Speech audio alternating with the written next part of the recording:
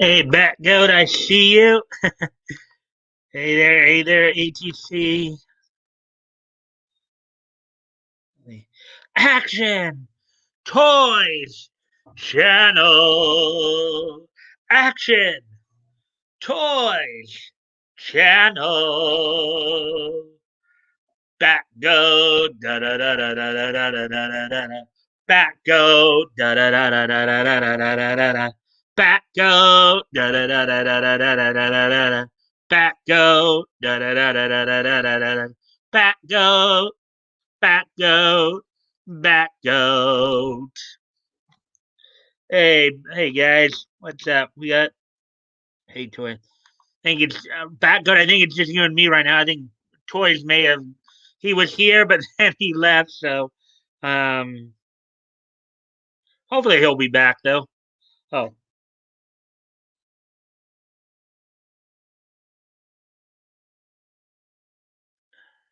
uh,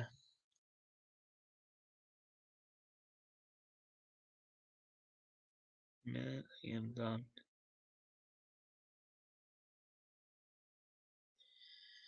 ah, he's here. I see that. Let's see. Hey, Bat Goat and Mike. How you both doing tonight? Well, I'm fine. I had a few things to do today. Basically just and also for and actually I've got quite a number of news items for you guys tonight. There's like six stories that I can, including of course follow up on the Kirby Morrow story. So not too much, Mike. He's here. Yeah, I saw.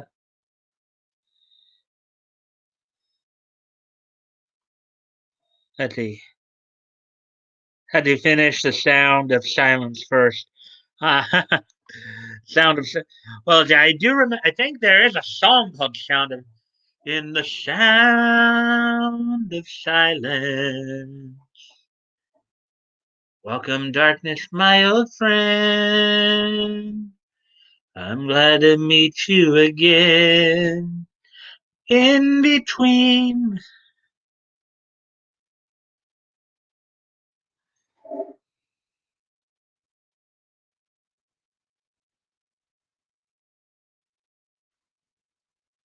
Oh, cool. More news to report. Yeah, it's always the case. I'm always trying to find more and more stuff. It's awesome. Bring on the news. Yeah, I think I'll wait at least a couple more minutes. It's like about 3.5 minutes right now. Maybe with the fact we have a fourth person just came in. Hello, fourth person. I hope you're doing well tonight. Maybe with this many people starting off, maybe I will start at the 5 minute mark instead of waiting all the way till 10.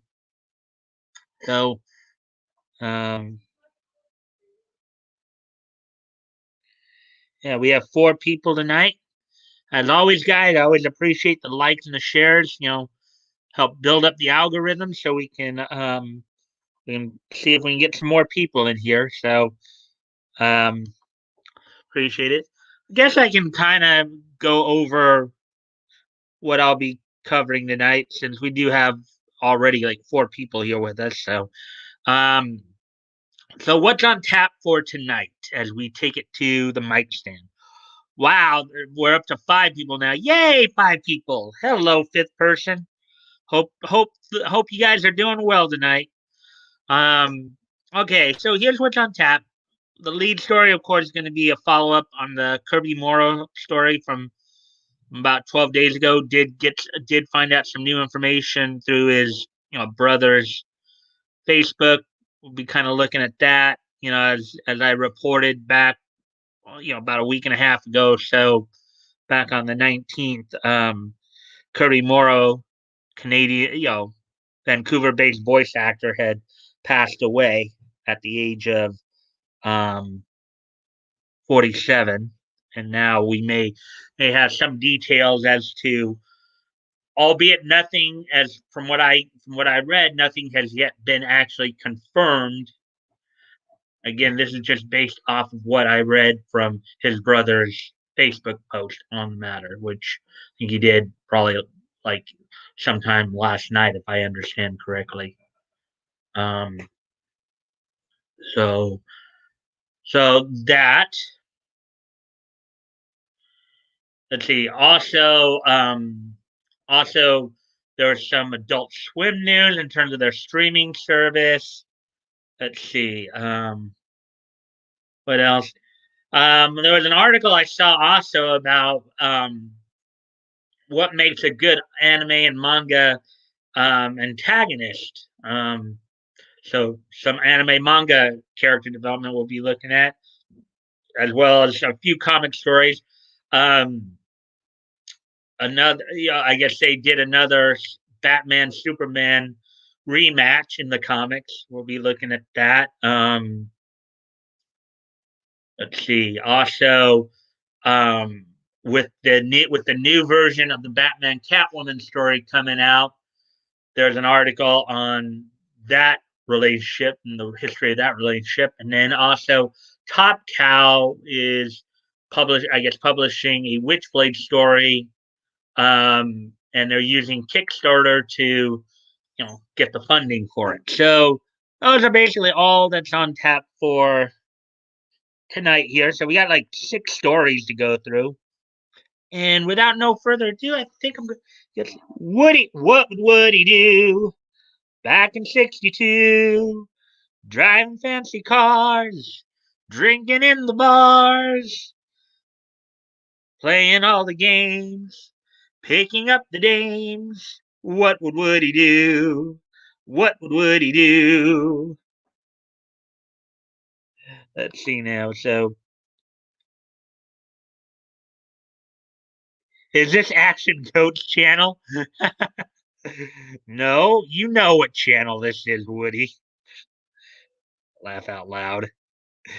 They just got here early tonight, and I'm glad you guys got here early so we can get going right away here. Hey, Woody, give me a sec. Got to go off camera for just a moment here.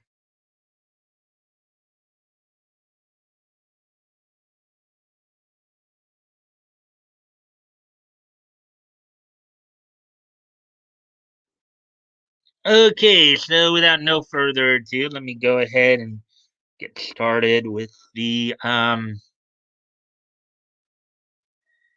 go ahead and get started with the news today. So as I reported back on the 19th, um, Kirby Morrow, um, that the Vancouver-based Ocean Studios voice actor, known for his roles, of course, as Scott Summers, Cyclops, in X Men Evolution. Um, let's see, Dan from Esclaflowne, Goku from the Ocean dub of Dragon Ball Z, Moroku from Inuyasha, Tora Barton from Mobile Suit Gundam Wing. He passed away at the age of 47. We hadn't heard anything. Um, we hadn't heard anything in regards to what had happened. Exactly the details of his death. I'd been keeping an eye on the story from whatever source I could find, and of course, I'm getting it practically from the horse's mouth here. His brother Casey. Now, mind you, nothing has been confirmed or nothing has been, I guess, made official yet. I am going to read, Casey's post on the matter. So this is more tentative information. But anyways, I'm going to go ahead and read Casey's post here on the situation. Um, Again, I don't think there's anything official though in terms of like an official report. And I'm sorry, excuse me one more time, guys. Sorry about that. Gotta go off camera again for just a moment.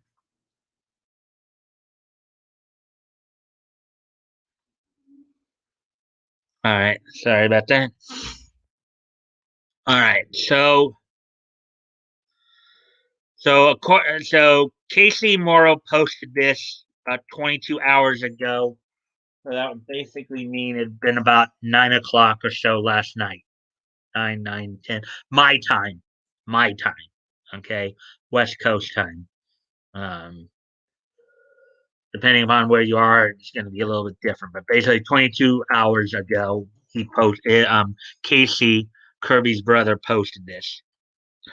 I have crafted these first lines a million times in my head, and just as many times started keying them in, and the sadness followed by the anger always convinced me to stop.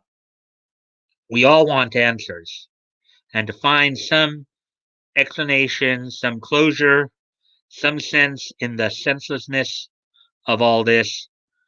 The coroner tells us that Kirby died from a long history of substance abuse, and his body finally could not keep up. Now, as I mentioned to you guys, I met Kirby back in 2006 at Any Magic in Lancaster, California. My experience with him was he's a pretty cool guy. He's a pretty nice guy. Um, Now, if this is the case, if his passing was due to um, substance abuse, it is unfortunately just another sober reminder of what can sometimes happen when you use substances to cope. Again, I'm just obviously this is mere speculation. We don't have anything official yet.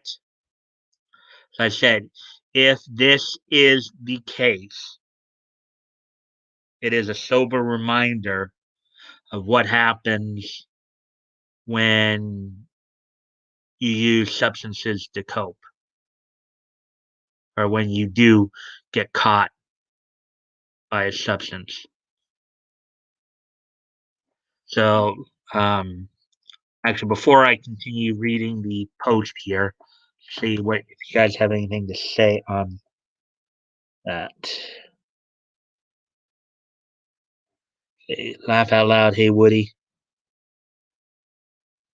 That's really sad. Yes, it is. I mean, and I was like pre-reading. I was pre-reading this earlier, Back Goat, a little bit, and there was quite a bit here that I think is going to tug at a lot of people's heartstrings who read this. So I'm going to continue. I'm going to continue on here with it.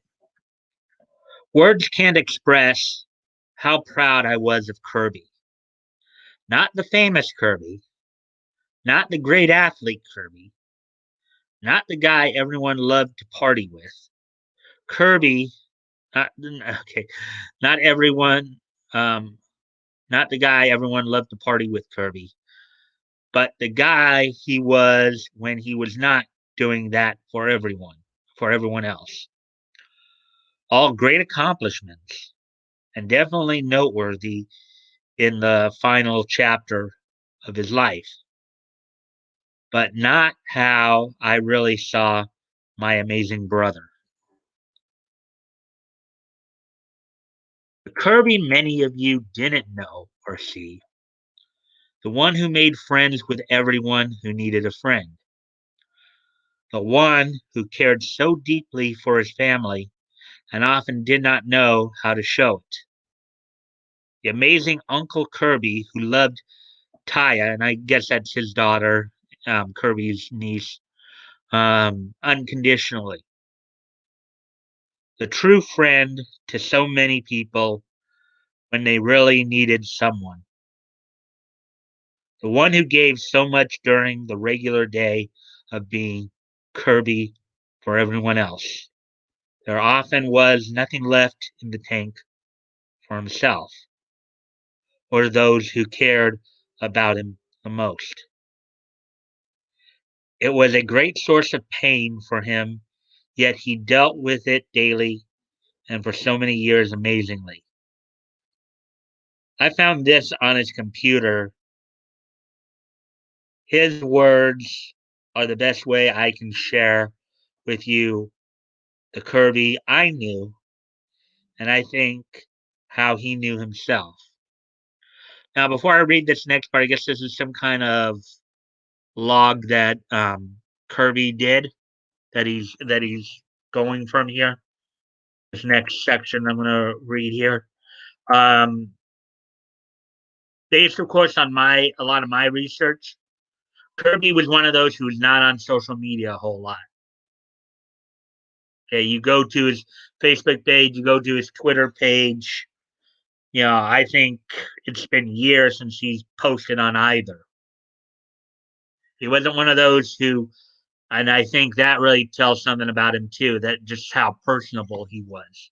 He didn't rely on communicating with people just through social media. He may have used it once in a grand while, but he seemed real personable. Oh, um, anyways, let's continue on with this. April 27th, 2007. So that was like 13 years ago. Kirby, maybe, see, it's September of '06, I believe I met him. So it would have been, I think this would have been nine, maybe. Well, let's see. This would have been about 7 months after I met him. Um, Captain's log. Blah, blah, blah. If there is any one constant in my life, it is the overwhelming moments of reality that remind me. Now, this Kirby. This is now Kirby speaking, I guess, in this log. So just letting you guys know. Um, I am never completely in control of my own mind. Sober, drunk, high, it's all the same. What seems absolutely clear one moment is disregarded later as bunk, and vice versa. I think the whole time while I write these words, not of their validity as much as how they will be perceived by the strangers who will one day undoubtedly read this, which I know is detrimental to my own development, growth, and even sanity. What makes me so sure that people will even care about what I think or what I've done? I'll tell you what, it's the same thing that makes my best friend feel completely inadequate and ugly, in quotes, when he is with me in public. I have something I know, something I have known my whole life. It makes me unique. I can label it with a word or phrase or emotion, and in fact, it could simply be the belief that I have this quote unquote thing, which creates the quote unquote thing itself. I reflect on the words of Zoe. Are you always so confident? Wow, insecure little me. Confident? Laugh out loud, laugh out loud, laugh out loud. My college theories are thus being proven right over and over again. Confidence is the greatest character trait, asset, and overall friend that any person can have. We all suffer from insecurities, but it is those confident, cocky, even despicably egotistical people we may despise on the surface, but admire and even long to be, for lack of better or more intelligent wording. Now back to our show.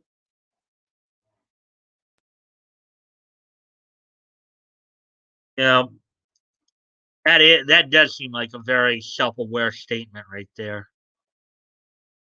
You know, I'm just sorry that he felt imprisoned by that.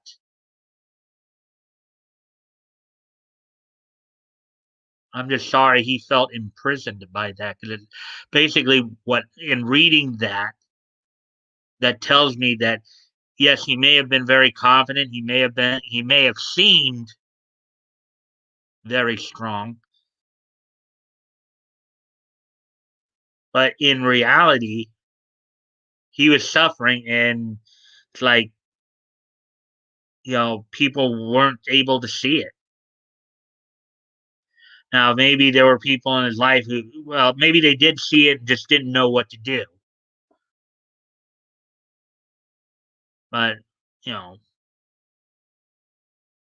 what would have happened, what could have happened if there was somebody who was in his life who was able to, you know, help him recognize, well, not only help him to, because he obviously recognized what was going on. He just didn't know how to process it. It didn't seem like he knew how to process it or how to deal with it as well as he would have liked. Anyway, let me see if you guys are said anything new here since I last. Yeah, it doesn't look like it. But yes, and I know Backup mentioned earlier, this is a sad story. It is. It really is sad. Like I said, I myself met Kirby, and he seemed like a real nice guy.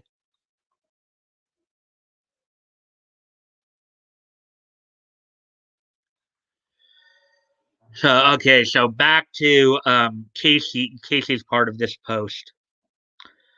There were only two posts in this journal, but I truly believe this is the one he wanted the world, his world, and all of you to see. Thank you to all of you who were part of his life and fed him the energy he needed, and for all your kindness, love, and friendship. To our family, as we find our way through all this, you're all appreciated. We will all grieve and deal with his loss in our own way. I ask you all to look at this as Kirby would have. Let everyone do what they need and support each other. Be there for each other. If you see a friend or family struggling, be there for them no matter how tough it is. Kirby loved you all, would want you all to carry and spread that love in his name. Much love, Dawn, Lisa, Taya, and Casey.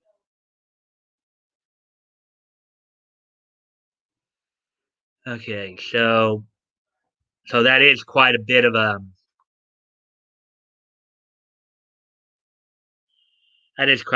heavy thing to start out with, but So now remember, guys, it's not official yet. This was just simply Casey's posting on it. They told the family first if this is truly if Kirby did truly pass away due to the effects of substance abuse. It will probably come out in an official coroner's report sometime in the next few days here. So when that confirmation comes, I will go ahead and pass that along to you. But just let this also be a reminder to us of sometimes the dangers that are out there when you use substances to cope. You know, sometimes you have to find the strength of will to carry on, even when it seems like it's a continuous uphill struggle. So, excuse me a moment while I go off camera here. I gotta take care of something real quick.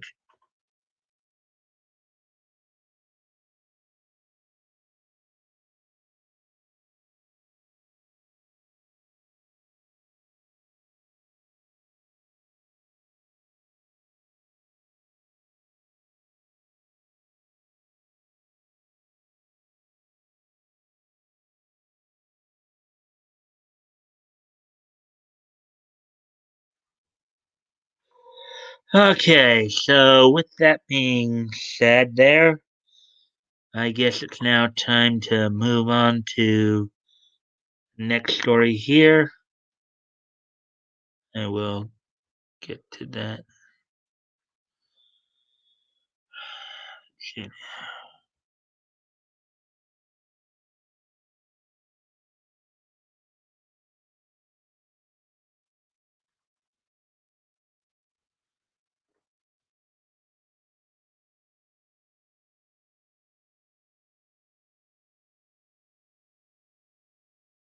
Yeah, this is the story I wanted to look up next here. Sorry, guys, I gotta go off camera one more time here. Sorry about this.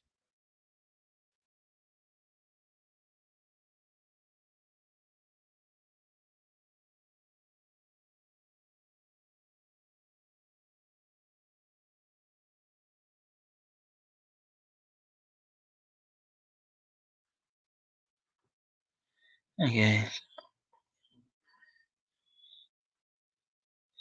Okay, so the secret to great manga and anime antagonists. Make them protagonists. Manga and anime antagonists don't always have to be bad guys. In fact, the best of them are often good guys in their own right. And of course, they have, I guess the main picture they have here is Pain from Naruto, who may not necessarily be a malicious character, but his, let's say, to say his solution to things does seem to be a bit considered a bit extreme. Well, let's get into this article here and see what they have to say about this. In any work of literature, the role of the antagonist is an important one. These characters are tasked with creating conflict by impeding the protagonist's progress. And without them, there is no story. As with life, you always need balance. You need something to balance things out. Can't just just watching somebody on just on a on a continual rise or fall. Is will get boring after a while. Okay, for example, Death Note would have been Kira's greatest hits, a much different and less interesting story if not for the interference of Ace Detective L. The importance of having an antagonist goes without question. But what makes an antagonist exceptional? Obviously, the protagonist needs some kind of obstacle for any sort of work. The protagonist needs an needs an obstacle to overcome. Oftentimes, the antagonists provide that obstacle.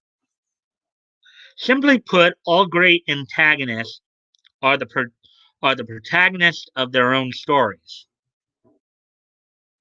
That does kind of sound true. Antagonist goals and justified motivations. Now, of course, this manga writing's at times better. I mean, um, granted, we're not necessarily talking about like the mad scientist types like Luthor and the Ultra Humanite. We're not talking about megalomaniacs like the Red Skull or Doctor Doom. You know, so those are not necessarily the ones we're talking about here. Antagonist goals and justified motivations. Whether it be Naruto's pain or the members of Nisekoi's love quadrangle, a four-sided, you know, figure basically. All great antagonists have one thing in common: goals with justifiable motivations. For example, the thought process guiding Payne's plan to achieve peace through the threat of violence makes sense based on his past. Growing up and living in a world where the village with the strongest ninja makes the rules. The idea is reinforced by Naruto's admission that he sees where pain is coming from, himself acknowledging the hypocrisy of the peace born from conflict. This logical identification of the hypocritical foundations of Naruto's world structure is also what guides the actions of characters like Sasuke and Itachi, who further embody the notion that one man's rogue ninja is another man's freedom fighter.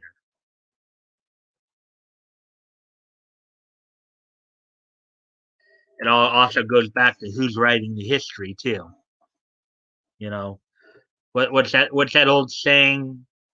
History is written by the winners. I don't know if any of you have heard that saying before. That's their reasoning here is what's reminding me of that saying. Let's see what we have here. Oh, back go. You added something here. I like Ace Attorney better than Ace Detective. Okay, yeah. Hmm.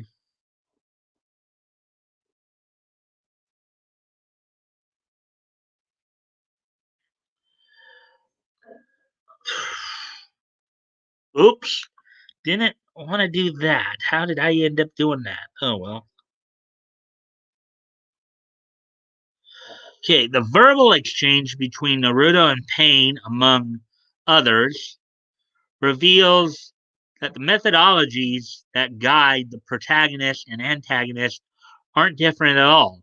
Because at the end of the day, Naruto's ultimate peace is indeed founded upon war and sacrifice.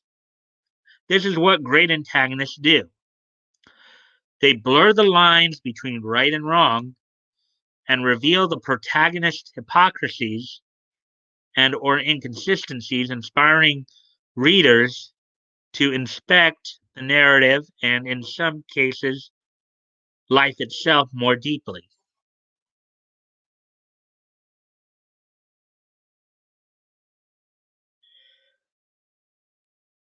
Losing doesn't mean you don't deserve to win. And we got a nice pick here of probably a lot of guys fantasy. A guy basically having like 3, 4, 5 girls all paying him attention. Look at the guy's face though; he looks more horrified than anything else. But I'm sure it's kind of funny. I think this is a lot of guys' greatest fantasy. However, if it were to actually happen, it'd probably scare them to death. It's my impression of it, but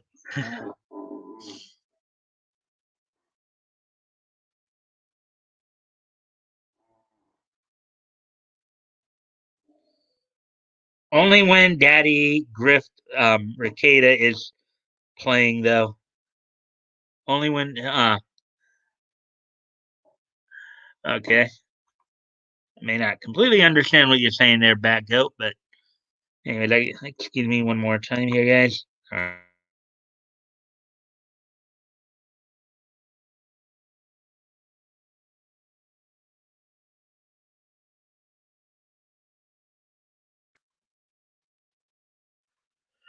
All right, I'm back now. Um,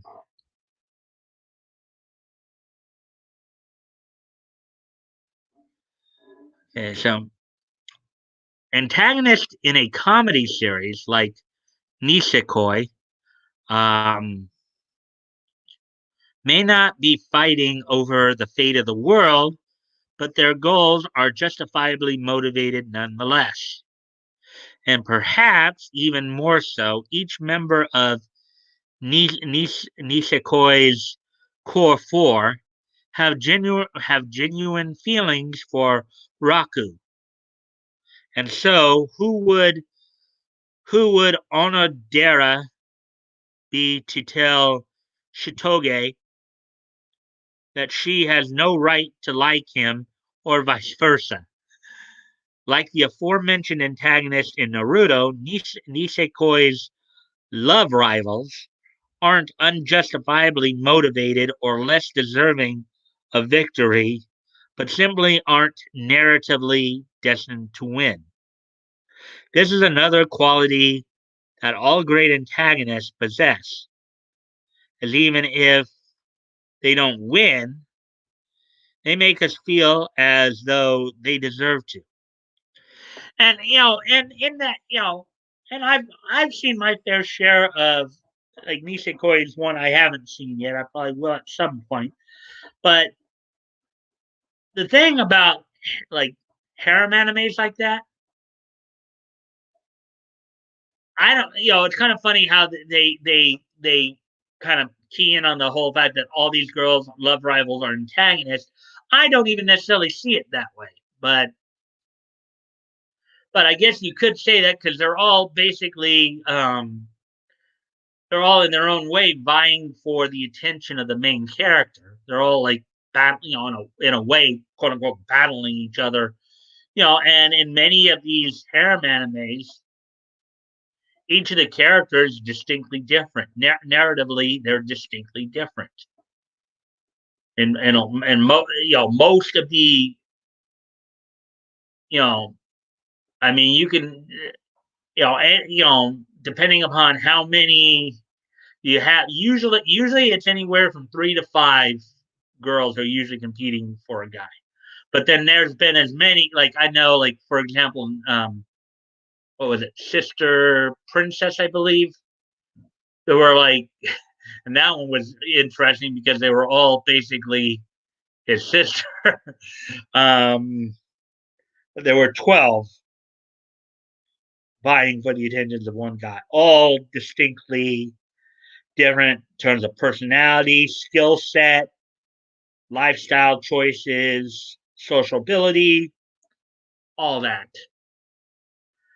If you guys have never seen a harem anime, I would recommend you guys go find one to watch because they're very, in a way, even if it doesn't really do anything for you personally,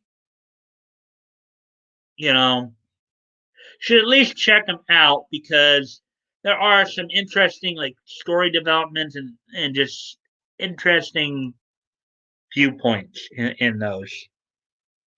There's even some comedic aspects to them in terms of certain running gags like the when you have multiple people living in a house, particularly when you have members of the opposite sex who are not related living in a house together.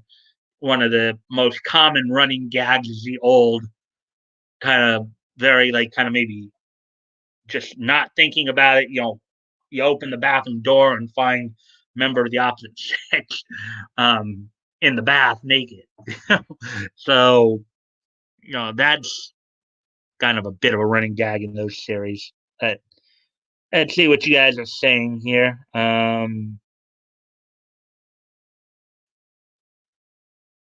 Nick Ricada used to play Ace Attorney at night and stream it. Daddy Griff is his name. Yeah, I do remember seeing that a bit. Um, Monster Musume is a good anime, and Monster Girl Doctor is good as well. Um, Harems aren't fun. Everyone wants more attention than everyone else, and you ultimatum often. Some life advice is it's not worth it. Well, to each his own. You know, you guys know I don't watch anime anymore, so I'll take your word for it. Well, even some of the animes I watch, I go back and watch older ones. I've watched some more than once, obviously, because for me it's more about creating or recreating a particular experience than anything else. But anyways, back to the story here. Let's see. Okay, so I think we did actually read that whole. So this idea is ever prevalent in Haikyuu's matches. Haikyuu, for those of you who don't know, is a volleyball anime. It's an anime basically about, I guess, a high school volleyball team. Indoor volleyball guys team, mind you, um, which are emotionally gripping because we care about the characters on both sides of the net. In Alba, Josai and Kara Sumo's rematch, Oikawa's super long set to Iwaizumi, followed by the legendary quote, "Talent is something you make bloom. Um, Instinct is something you polish." As he frantically runs back onto the court, is the embodiment of an antagonist that deserves to win. The moment, among others, lets viewers know how much um, Oikawa has invested in the sport, his team, and this moment. As a result, this allows viewers to recognize that a loss for him would be just as, if not more, devastating than a loss would be for Karasumo Oikawa. Like most antagonists, ultimately loses, but he is great because we wouldn't mind if he did win. Now, with sports animes, that's more true. Antagonists in sport animes, they're not like maliciously evil. Okay. And I've got to go. I'm sorry, guys. I got to go off camera for a moment here. I'll be right back.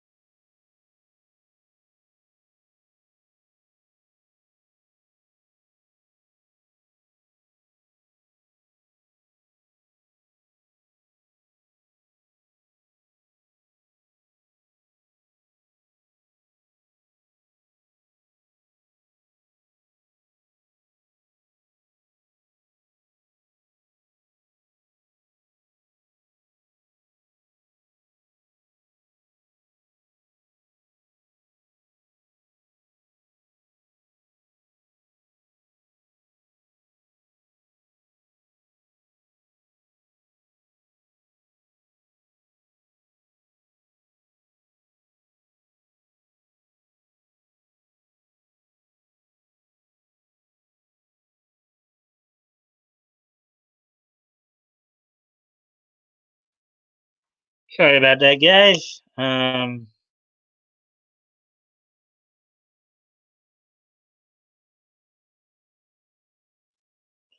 See. How about go? Why not? All right. So it looks like we're down to three people. That kind of sucks. Oh, we're back up to four again. Hmm. Anyways, as we continue on here, Um, and I'm sorry, I gotta go off again.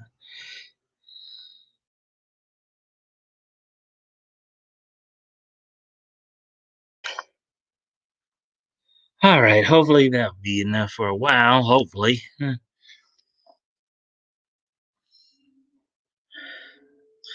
antagonist must also be deserving of victory because their competence directly intensifies the conflict, making the protagonist's victory in the end that much sweeter and earned. In other words, translation: the harder you work for your victory, the more satisfying it is. In Death Note, L outmaneuvers Light for the majority of their game of cat and mouse. His genius warranting the extreme lengths that Light goes to defeat him, and validating Light's making decision making and strength as a character. L's strength makes it so the events of Death Note always feel necessary, as the decisions by Light had to be made in order to bring L down. L, in particular, is a strong embodiment of the idea that the antagonist um, isn't necessarily a bad guy, as for all intents and purposes, he is actually the hero, while Light is an example of a villain protagonist. Translation: villain protagonist, anti hero. Might be another way of saying it. Justifiable goals and deserving victory go hand in hand, and neither can be compromised when devising a great antagonist.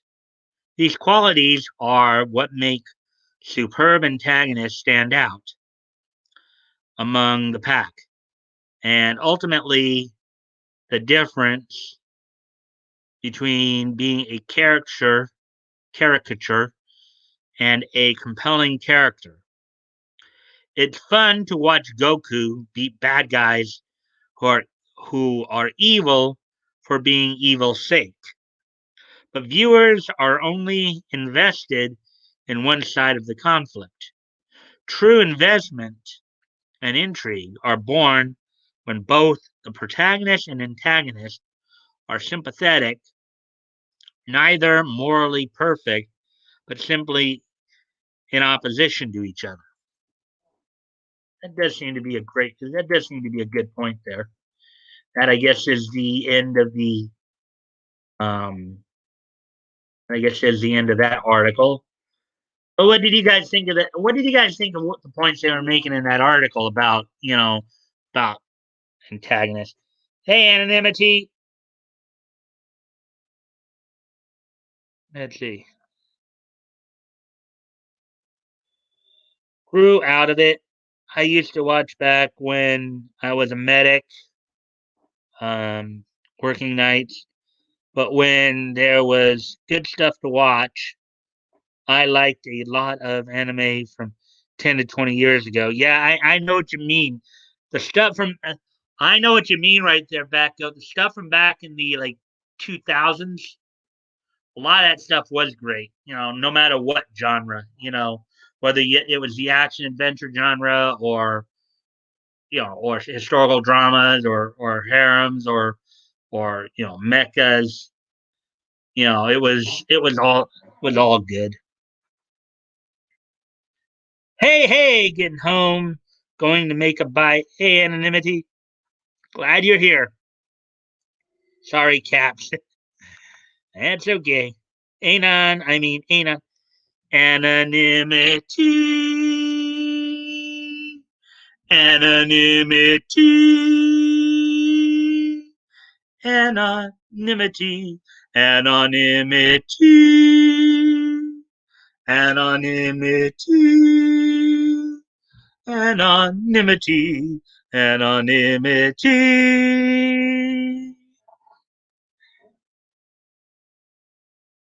There's a smiley face. Dragon Ball. Just going to say English sub characters are better than English dub characters. And yeah, well, they were talking. They were talking. Well, yeah, that was the only reference to Dragon Ball in there, though. And on the article wasn't necessarily about anything. They mentioned like Naruto and Nisekoi more than anything else, but as examples of what makes great antagonists. Good shows are good shows. Tropes exist and work for a reason if done right. Good point there. Evening. All right. So with that being said and done, let's move on to the next piece of news. Got the two stories, though. As far as I told you guys, we had six tonight. We're already just past about 51 and a half minutes into this, so gonna be getting moving here. TV news here. So a story that I saw here.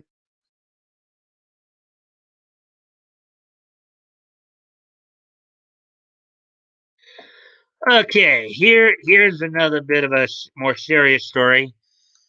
Um, Adult Swim's streams are an unfortunate casualty of AT&T layoffs. Now, of course, we've been hearing a lot.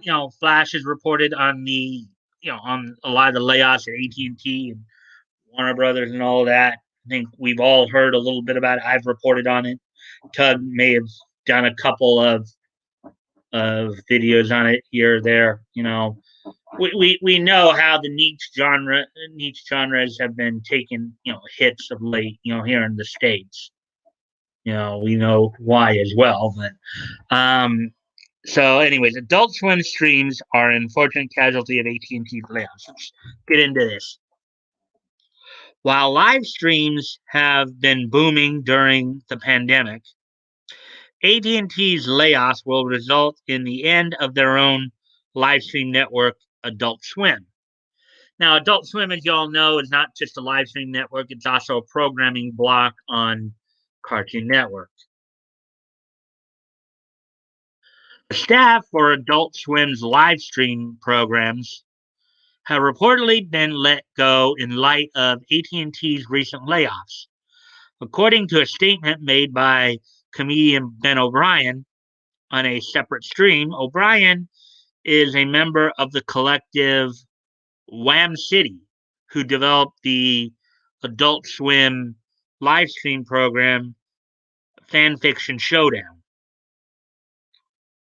Uh, Fish Center Live is the only show remaining on Adult Swim's live stream schedule, with its last stream to take place on Wednesday, November 25th. So basically, last Wednesday. At this usual time, at its usual time, 4 p.m. Eastern, which would have been 1 p.m. Pacific, most of the other programs listed on Adult Swim's live stream website appear to have aired their final segments during the last couple of weeks. I'm sorry, gotta go off camera again, guys. Sorry about this.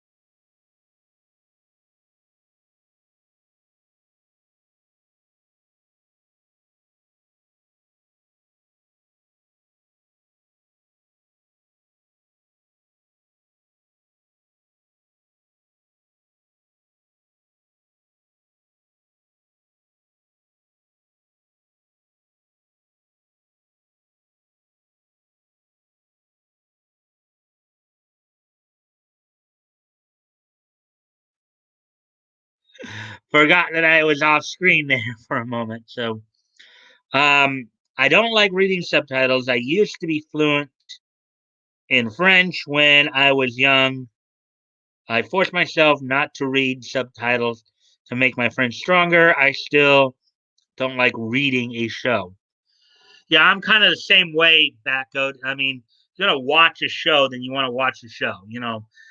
Granted, you may not always care for the people who are voicing the characters because they turn out to be whatever you want to call them.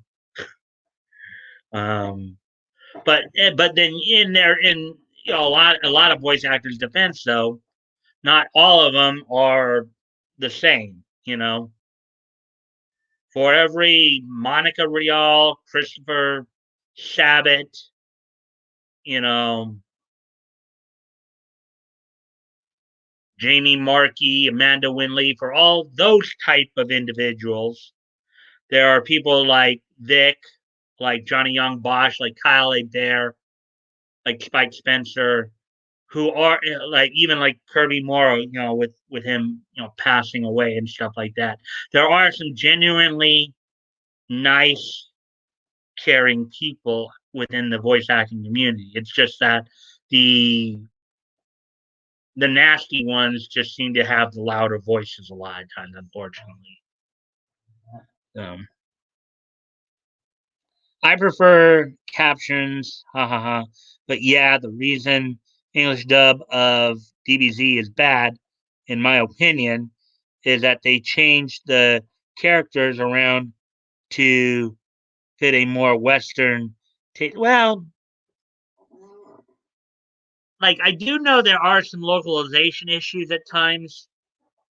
You know, I'm not necessarily talking about the agenda pushing either. I'm talking about like in terms of how the differences between how Japanese use language and how as English speakers we speak in grammatical structure, word usage, obviously phonics too, because like in Japanese, for example, I don't think they actually have the letter L. You know, like for example, in Full Metal Alchemist, Lust in Japanese, her name is pronounced Rusto, I believe, or at least that's a romanized name of how her name is pronounced. In Nana, the character Rayra was actually, they say in the show, was actually named after the Eric Clapton song Layla. So yeah, I think a lot of people agree with you. But yeah, once I got used to the voice work and all that, I couldn't go back to the half-assed. Um, was that get tons of work English dubbing? Mike, you muted. Yeah, I was muted a few minutes ago. I'm not muted now. Um, I did notice that though. Never mind. um, Vic was awesome as Ikaku in Bleach too. One of the few characters I like equally in dub and sub. Yeah, I'm just kind of sorry that Bang Zoom isn't going to use him as Rohan in that OVA that we talked about last week. Um, Thus spoke Kishibe Rohan. It would have been nice to see Vic in that. It would have been nice to see like Bang Zoom actually stick up for what's right. But you know, true that, Anon, and some of those clowns are serious, criminal, evil people. Goku's whole character up to like Boo was not like the original. It changed him to be more heroic instead of being an innocent soul looking to push his abilities to the limit. Well, actually, I think I've seen Dragon Ball. I've seen the dub as well. I think they still kept that second part, the innocent soul looking. I think they still did keep that, and I don't think they lost much on that. But that's just my viewpoint. True that, back goat. We got 5 people back in here. Yeah. Okay. So here is something that was written by Swimpedia on Twitter. Sadly, according to Ben O'Brien of Wham City, following layoffs at Adult Swim, the streams may be coming to an end. Tragic to hear, but thank you for the good times.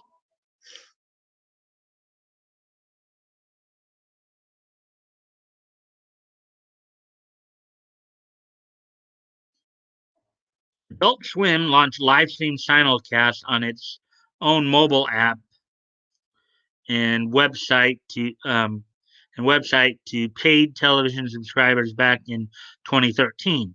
But it soon opened up free programming consisting of online exclusive originals as opposed to Adult Swim's television programs. Many of these shows were broadcast live with a chat room, making these streams an impressive experience for the audiences. The programming that was available on the service was truly Adult Swim in its ethos. From its InfoWars parody, um, Truth Point, Truth Point, Dark Web Rising, all the way to Toonami Pre-Flight, which explored Toonami in depth.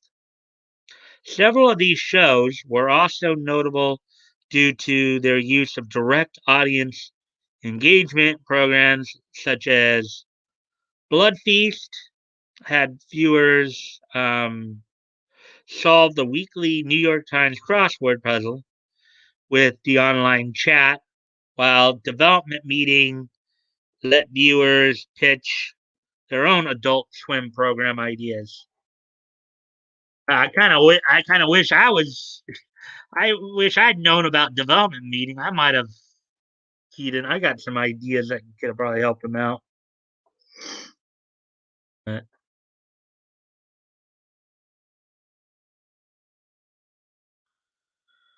the chaotic nature of these programs, coupled with their charismatic hosts, push the boundaries of what could be done with a live stream format. Several of these programs have also been ongoing for years, with the aforementioned Blood Feast receiving 2 television spin offs, Tender Touches and Gemuseto. And from what I understand, Gemuseto, at least the second season of it's actually premiered like a week or so ago, not this past Saturday, but like the week or two before that. It's actually a part of the Adult Swim lineup right now. Um, Excuse me a moment. I got to go off camera once again. Sorry, guys.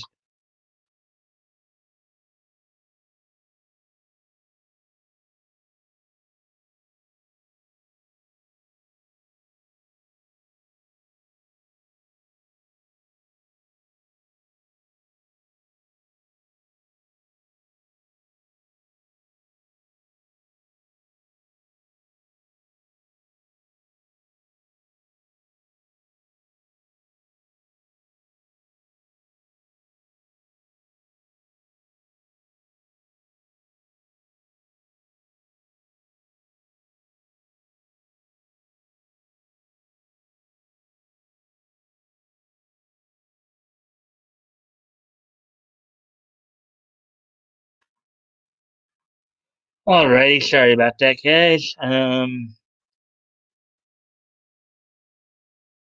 I think anonymity had a couple of things to say here. Akira's animation makes all the lighthearted characters seem that way, though. Ha ha ha ha ha. Oh, that article, Toonami's 10 first anime. I wonder if they count stuff like reboots. Hmm. Oh yeah, maybe we'll have to look at that at some point. Um, maybe that's an idea for tomorrow if I can think about it.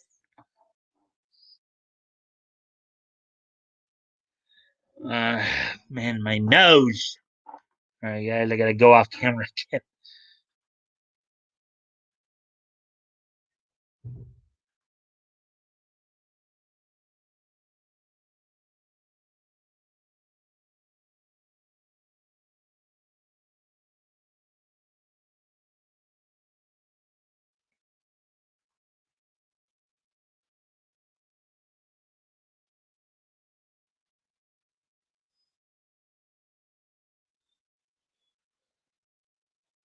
Yeah, if I can remember, maybe I'll touch upon that article tomorrow because, as I said, we got quite a few to go through tonight already.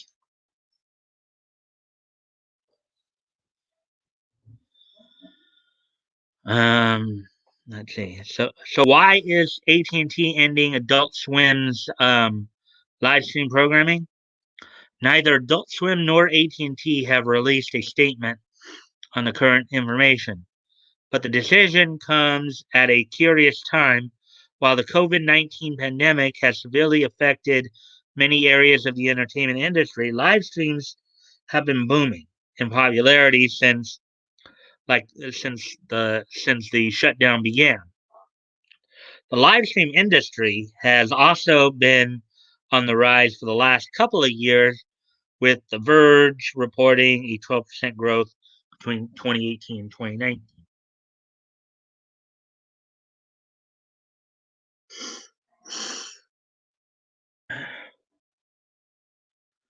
Although the company doesn't seem to be interested in live stream content at the moment, it remains um,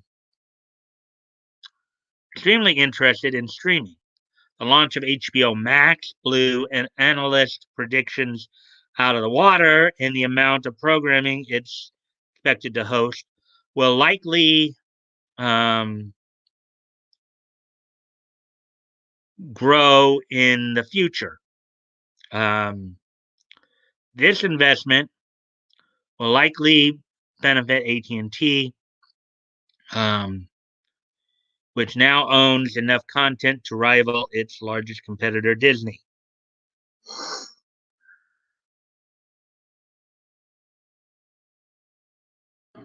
I'm sorry, guys. My nose is really acting up tonight. Be right back.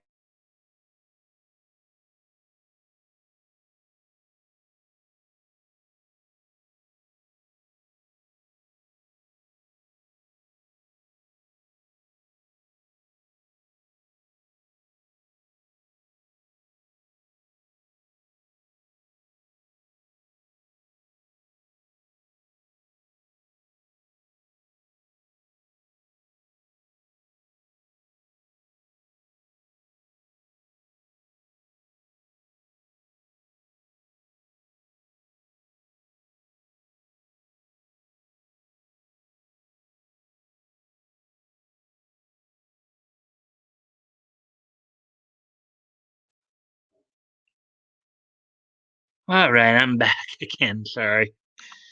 Ah.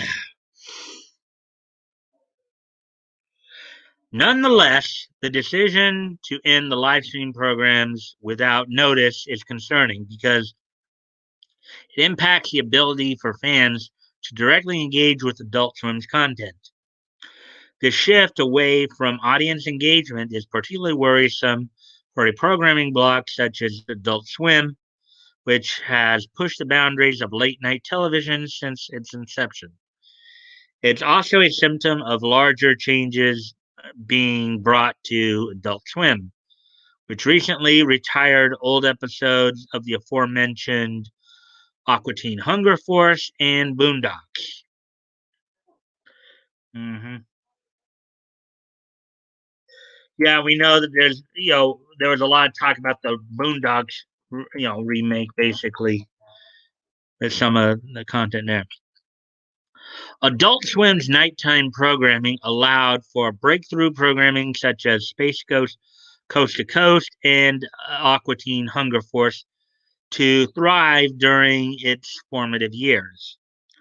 The block was also responsible for broadening the popularity of anime in the United States, while frequent reruns of Futurama and Family Guy helped revive both of those programs. And of course, Futurama and Family Guy, I think, moved on since. Well, maybe Family Guy didn't, but I know Futurama moved on to. Um, well, here's another Toonami story down here. Beyond Toonami, TV's forgotten anime blocks. That might be an. Man, we get some. I'm gonna hopefully try to remember those two articles. Beyond Toonami, TV's forgotten, and what was that other one? Toonami's first 10 anime in chronological order. I'm gonna have to remember those. Try to remember those for tomorrow night to talk about those because those sound like interesting articles to read. Um, these type of changes harm the spirit of Adult Swim, which maintained its relevance for over 2 decades thanks to its forward-thinking approaches to entertainment, especially during a time when scheduled programming is being phased out of existence. If TNT is interested in keeping Adult Swim innovative, um, it must look for new ways to engage with the audience. I think that's the end of that article. I am going to have to hopefully try to remember those other two articles that we just were looking at there. Oh, and there is a search icon there, so that's good. So that will help me tomorrow night if I can remember. Futurama is still one of my favorites. Well, the first 5 seasons. Yeah, and I know, like, for example, Katie Seagal voices the Cyclops girl, Katie Seagal of Married with Children fame. She was Peg Bundy. Love and marriage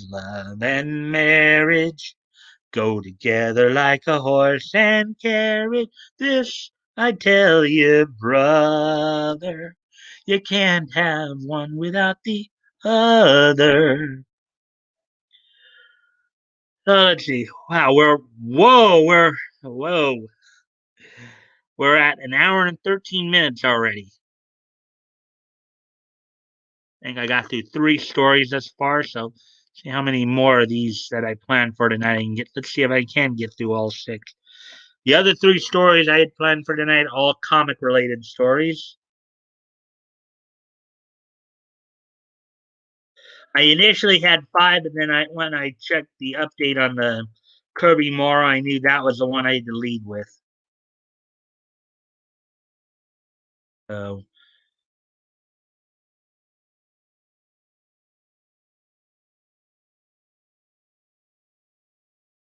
I'll try to read these a little quicker, seeing as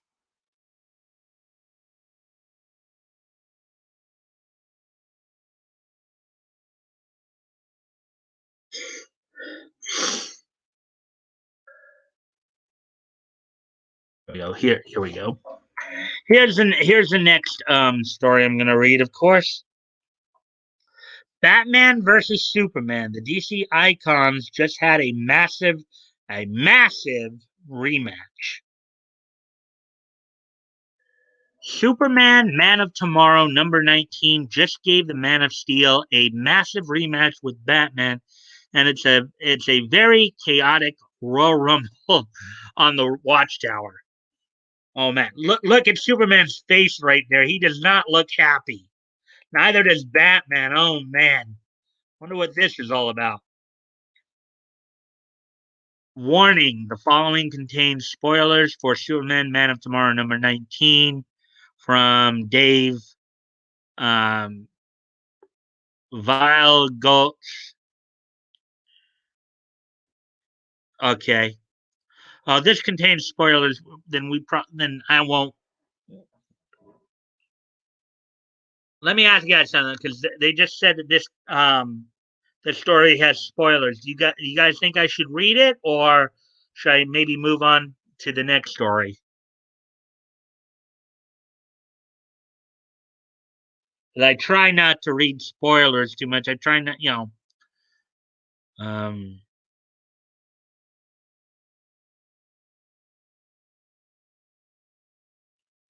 you guys think I should continue with this story, or should I move on to the next one?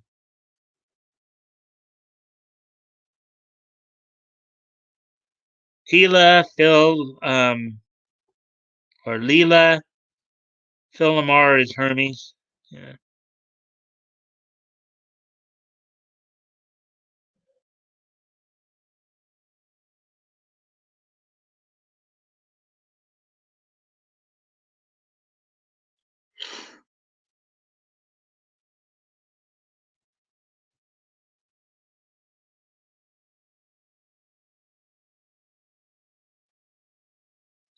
Doesn't matter to me. Let's see. Read it, do it, laugh out loud, go for it. Read for. All right. It seems to be a consensus there. I'll go ahead and I'll go ahead and read it. Go ahead and continue reading it. From Dave Vigoltz, Jorge Corona, Matt Lokes, and Clayton Cowles. Now available digitally. Okay, so whenever DC tells a Batman vs Superman story, it's never easy to predict who'll win. Even if Batman comes out on top, per Frank Miller's Dark Knight Returns, Superman didn't technically lose. He faked his death. Then there are stories like the New 52 Justice League where they became friends and the battle is considered a draw. While books like Red Sun had the Bat losing a close knit affair. The point is, once the fight's done, there's usually some sort of finality and closure to the rivalry. Luckily, we get a massive rematch when they lock horns again in the pages of Superman Man of Tomorrow number 19. In the story World's Vilest, as an army of evil Batmen and Supermen come to the Watchtower for blood.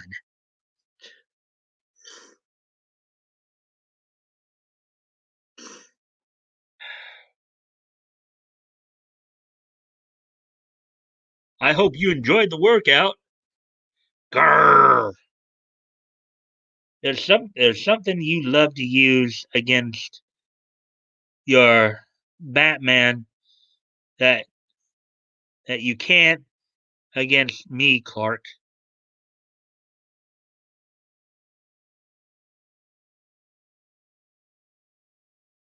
Duly noted. I haven't cared what you've thought about me for a long time.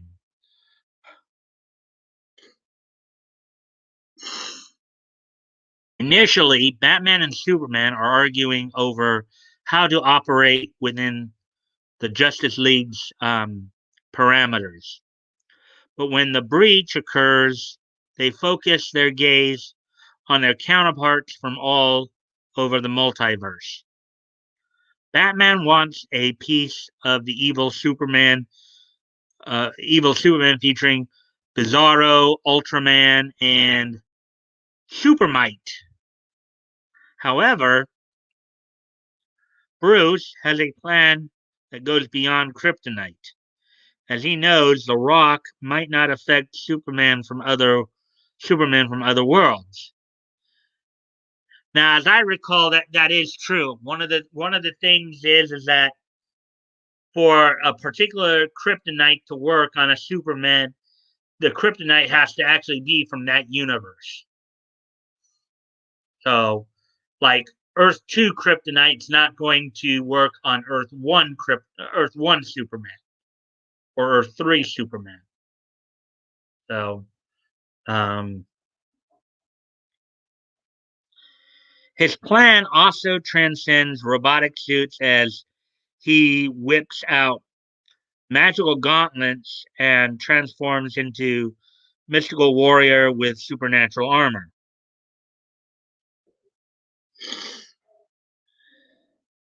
He knows magic is most likely to hurt the Man of Steel, no matter where they're from. He takes them out, taunting them for doing someone else's bidding. As for Clark, he lures Batman Bizarro, Batman, Batzarro, Batmite, and Owlman into. Oh, wait, as for Clark, in other words, the Superman of the main universe, he lures the Batman, Batzarro, Batmite, and Owlman into a chamber where he uses red sunlight to depower himself. It's all so kryptonite weapons won't work against him. And Clark's best them using martial arts that would make the bat proud. Sadly, both heroes run into a major roadblock in the form of the Justice Lords, who were tiring them out using the rest of the coalition. I guess they're now using Justice Lords as opposed to the Crime Syndicate of America to represent the alternate universe, the evil Justice League versions.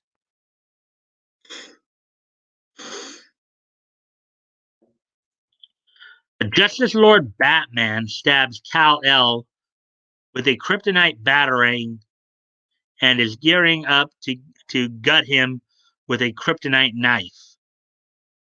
Um, Meanwhile, the Justice Lord Superman knows Bruce has expanded all his mystical energy from fighting the other evil Supermen. As usual, DC's premier heroes always have a contingency plan, and they switch dance partners, with Kal-El using a kryptonite mace to knock Justice Lord Superman out.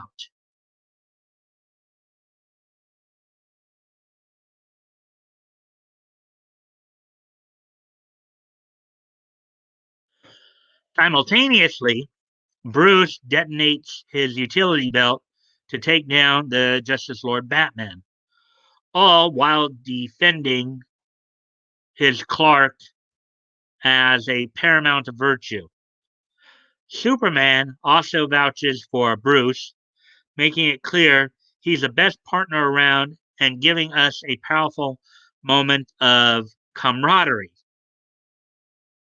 Um, the Justice Incarnate arrive minutes later to apprehend the entire squad from these incursions. In awe of how Kal-El and Dark Knight did all this damage, clearly whether their allies are fighting each other, they learn and evolve, making themselves better heroes who don't have to rely on Hail Mary plays such as Zack Snyder's Martha line to swing a fight in their favor. Well, that's all for that story.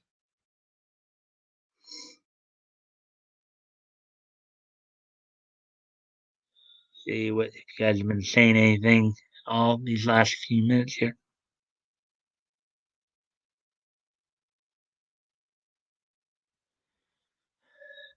And these guys are chatting it up, aren't they?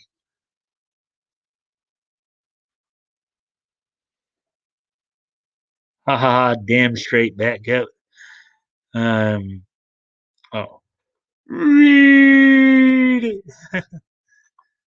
Um, Laugh out loud. Aren't we the merry bunch of enablers? Laugh out loud. I love Futurama. And then, while they sat helplessly around the campfire, a determined knife wielding escaped lunatic, libertarian zombie mutant snuck up and bit Superman. Superman, finding out quickly that this menace was fueled by Dawn kryptonite.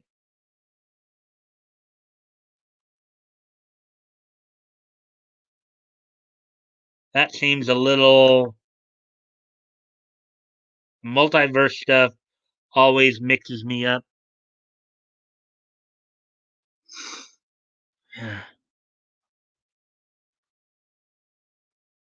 Curious, Mike, have you read anything about a Me Too charity scandal? Um, Not really. I think the closest thing to something like that might have been, I don't know, when Jamie Markey was setting up that one. Excuse me a moment while I go off camera for a moment, guys.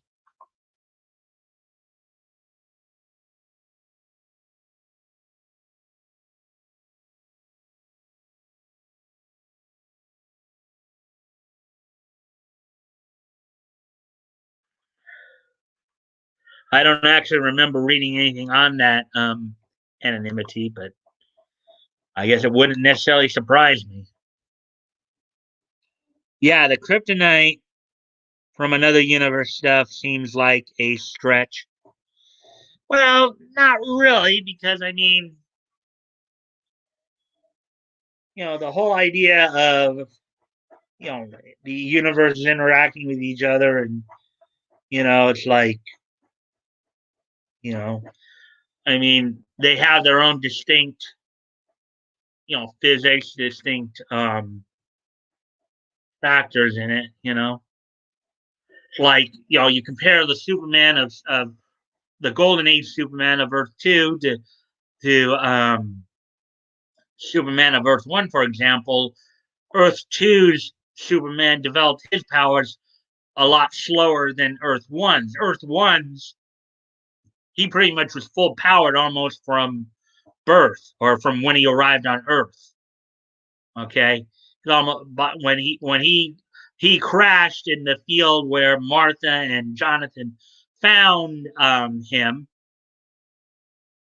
he was pretty much super already. But then you turn around and but then in on Earth 2, his powers actually develop more slower, more gradually. Earth 1, he was, as I said, instantly super. Whereas on Earth 2, his powers, like I remember some description saying that instead of flying, his power was being able to leap an eighth of a mile, which of course would give the illusion of flight. So, was that the one where they, I guess, paid themselves out the rear end and didn't help anyone? Yeah, and I think my buddy said it involved Brie Larson and even. Oh, no wonder I didn't hear about it. I don't give two bits about Brie Larson. You know, I know there's been a lot of stuff written about her and done on her, but I can give a flying what. That's probably why I didn't hear about it. What if you could only breathe universe one oxygen? Well, then that would really kill a lot of storylines that had a lot of like I mean, think about it. When you know, um, again, when they came up with the whole concept of the multiverse, a lot of it, particularly with DC, because I think other comics have had those type of situations. Have the idea of, parallel universes are always kind of a fun sci-fi trope to use because you get different incarnations of you get different forms of character development, different story development, and all that. But I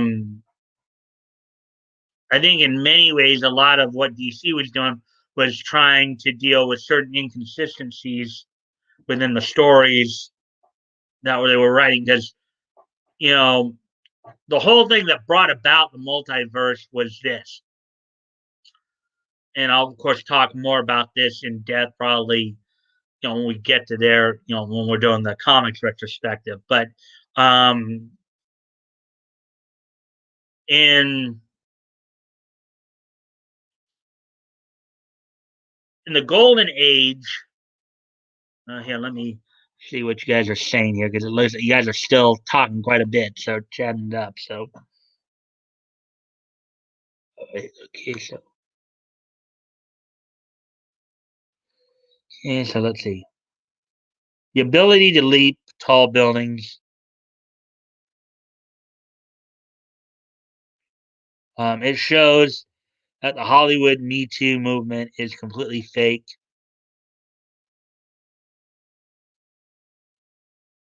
Like Batman, Zoomera, laugh out loud. Best parallel side universe to me still might be the Justice League where Green Lantern meets the heroes he used to watch or read or something. Yeah, that was a Justice League episode. I know what you're talking about. The Justice Guild was used as kind of a pastiche to the Justice Society. Those characters were based on the Earth 2 or Golden Age version of the characters. But let's see. Let's see now. Or the one where Thomas Wayne Blast Reverse Flash. Yeah. Um, the one where Tim was actually the bad guy keeping the heroes alive through his mind power. Um, yeah, actually, the one you're talking about, Action Toys, that's the one we're talking about. That was the Justice League episode. That was from the DCAU Justice League cartoon. Oh yeah. Okay. Well, anyways, to kind of again to try to explain the multiverse, why they needed that, real quick here. Um,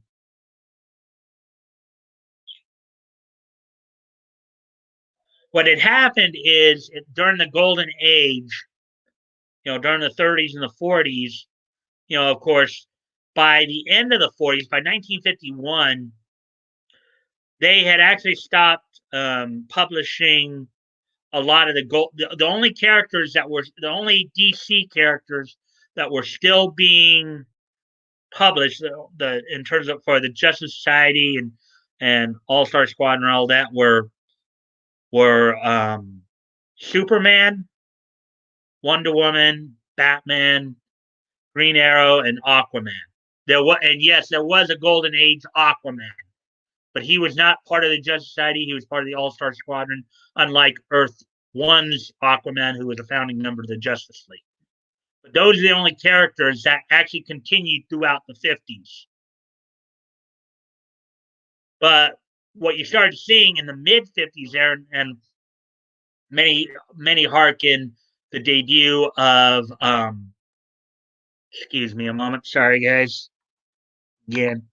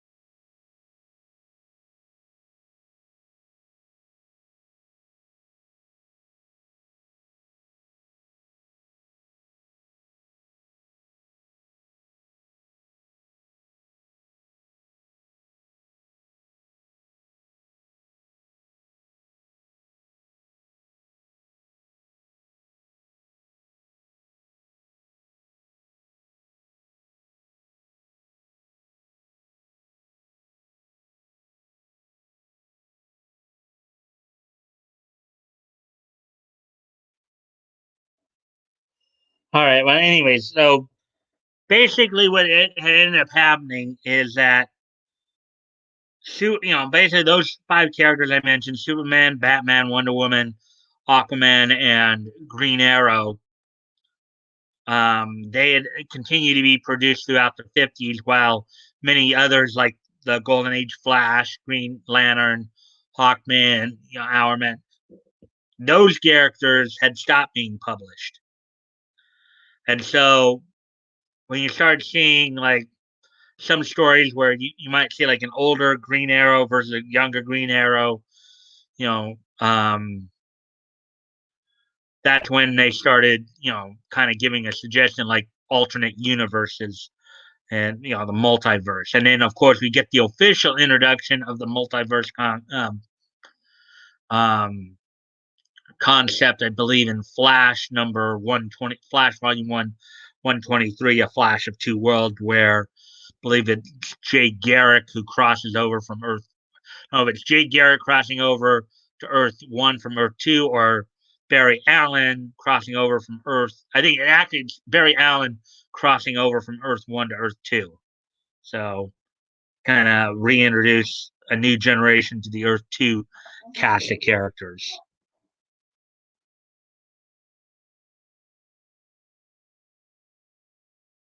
Let's see here.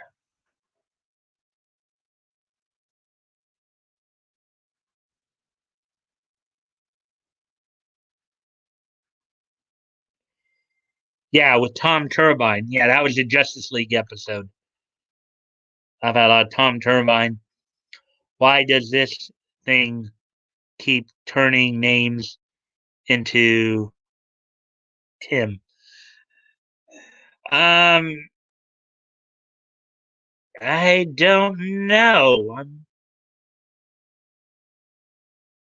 Let's see.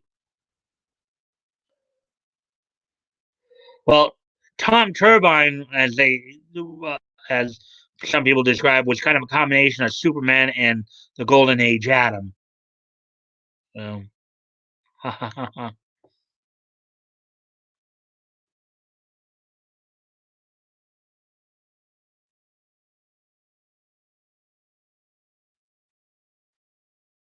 so, anyways, trying to get.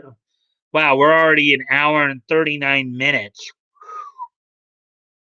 I think I got a couple more stories to go here. I'll try to get through them.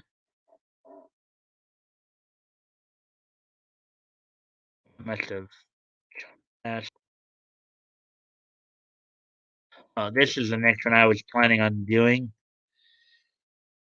Batman and Catwoman. What to remember before the new series starts. Batman and Catwoman have one of the most famous relationships in the DC universe. And here's where the couple stands going into their new series. After nearly a year of delays, Tom King and Clay Mann's highly anticipated Batman Catwoman series promises to offer a new chapter in the long-standing flirtation and romance between the couple. Aside from the DC Universe introduction of the fan favorite comic book villain Phantasm, the 12-issue maxi series seems set to grapple with the question that haunted the couple in King's earlier run: can the two ever truly be happy together? With that in mind, let's look at the events that brought the bat and the cat together where they currently stand. Now, of course, Batman and Catwoman have their relationship has gone through many incarnations. The Golden Eight, the Earth 2 versions actually married each other and had a daughter, Helena Wayne, who ended up becoming a huntress. There was always flirtation with the Earth 1 version. You got me all night, Mike, if you need me. Yeah, I mean, I'm really pushing it tonight because we had like 6 stories and we've been getting into some good conversations about them too. In King's take on the couple, one recurring feature of their relationship was their constant disagreement over how they first met. In Bruce's opinion, the first encounter was on a boat where Batman prevented one of Catwoman's earliest heists. As they met in their real first encounter in a 1940 story by Bill Finger and Bob Kane in Batman #1, for Selina, their first meeting was on the streets with a disguised Bruce Wayne, as they did in Frank Miller and Dave Mazzucchelli's Batman Year One. It would take years for the truth to be discovered. While they had met on the streets, Bruce was simply not Batman at that point, meaning that the story of Batman and Catwoman did not begin there.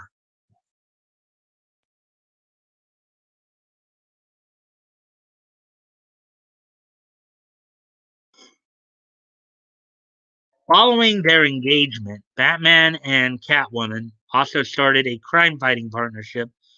However, just before their wedding, a battle with the Joker left Catwoman with serious doubts. During the confrontation, the Clown Prince of Crime revealed his fear that a happy Batman, one that had moved past his trauma, would be unable to stop him in the future. In short, a married and happy Batman would bring an end to the Dark Knight. This fear, orchestrated by Bane and his plans to break the bat, led Catwoman to call off the engagement, running away and leaving Bruce at the altar in 2018's Batman #25 by King, Michael Janin, and a host of other artists. After losing her, Batman was sent on a downward spiral, losing his trust in himself and those around him. Oh man, King went real dark with Batman here.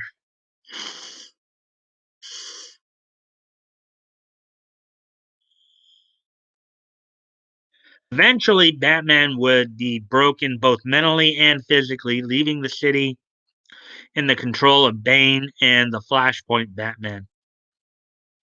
After retreating away from Gotham, his reunion with Catwoman provided him the chance to heal. Although Alfred died during this period, Batman's extended beach vacation proved vital in his reclaiming his status as the protector of his city. Some of this sounds very similar to how the story played out in the 90s with the Azrael storyline, in which Bane broke Batman's back you know, and ultimately Bruce recruited John Paul Valley to take on the mantle of Batman instead of letting Dick or Tim take it. And then he had to actually reclaim the Batman, the cowl from John Paul Valley, aka Azrael. Um, let's see now.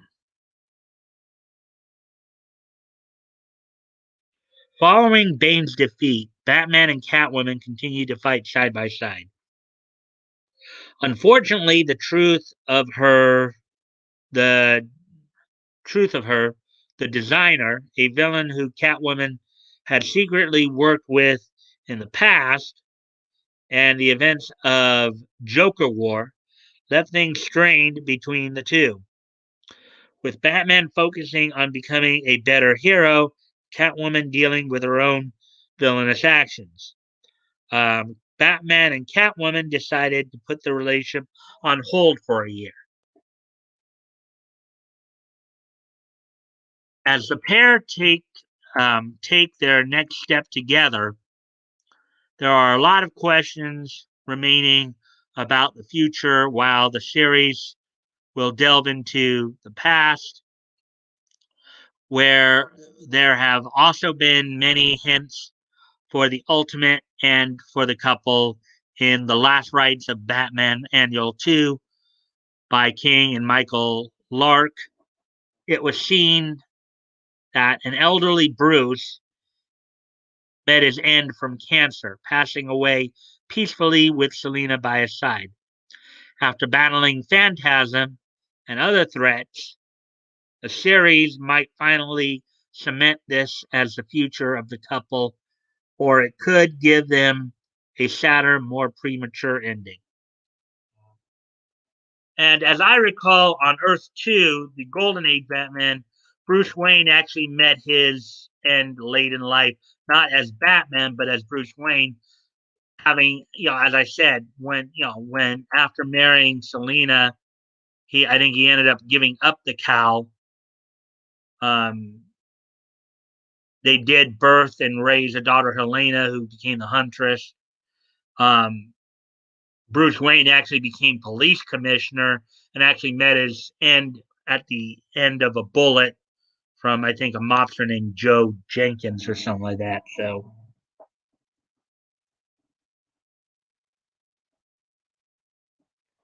yeah, you guys really.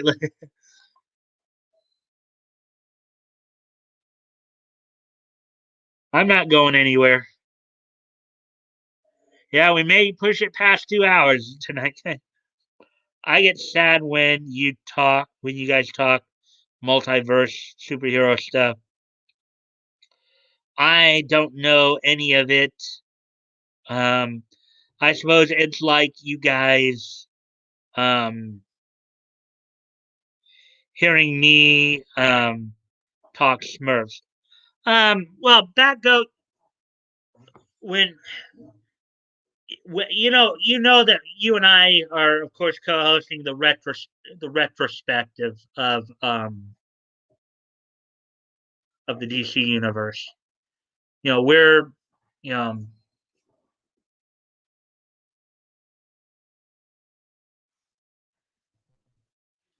you know well, not just the DC universe, but comics in general. Okay, so we'll probably be talking some multiverse stuff as we go along, because it is key. Because you know how they transitioned, let's say, from the golden age of comics to the silver age. The multiverse is a big part of that, for at least for DC. Um, I don't know as much, of course, about Marvel or any of the other titles. Some of the other publishers, like Image came out in '92. Dark Horse came out, I think, sometime in the '90s or something like that.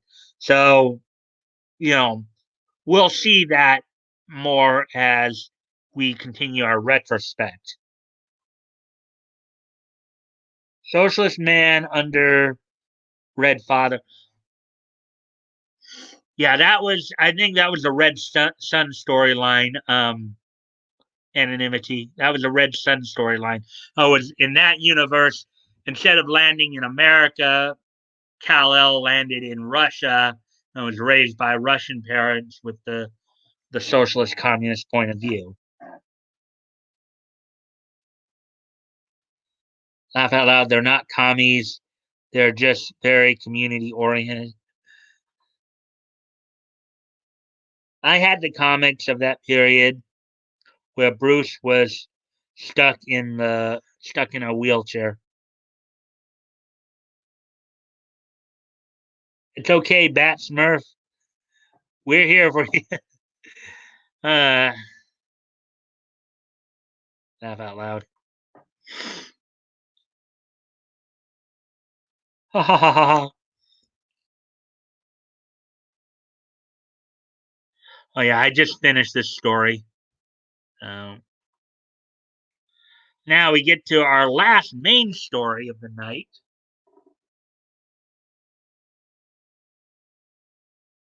Is this one? Top Cow relaunches Witchblade Volume 2, hardcover hits Kickstarter exclusive. Top Cow Productions is relaunching Witchblade and launching a Kickstarter for the complete collection Volume 2 hardcover. I think I remember the anime for this.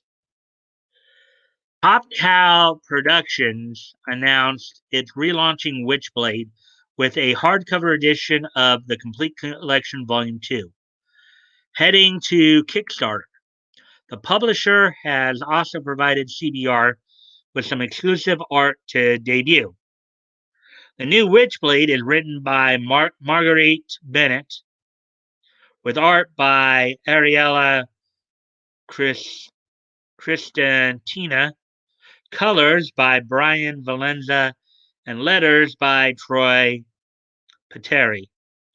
The number 1/2 preview issue, or number 1/2 preview issue, will be a Kickstarter exclusive with a cover co-created by Mark Silvestri, who'll sign every hardcover and backers' names printed in the thank you section. I think this is also made into an anime too, as I recall. Here's some of the artwork, some of the merchandise, exclusive dust jacket.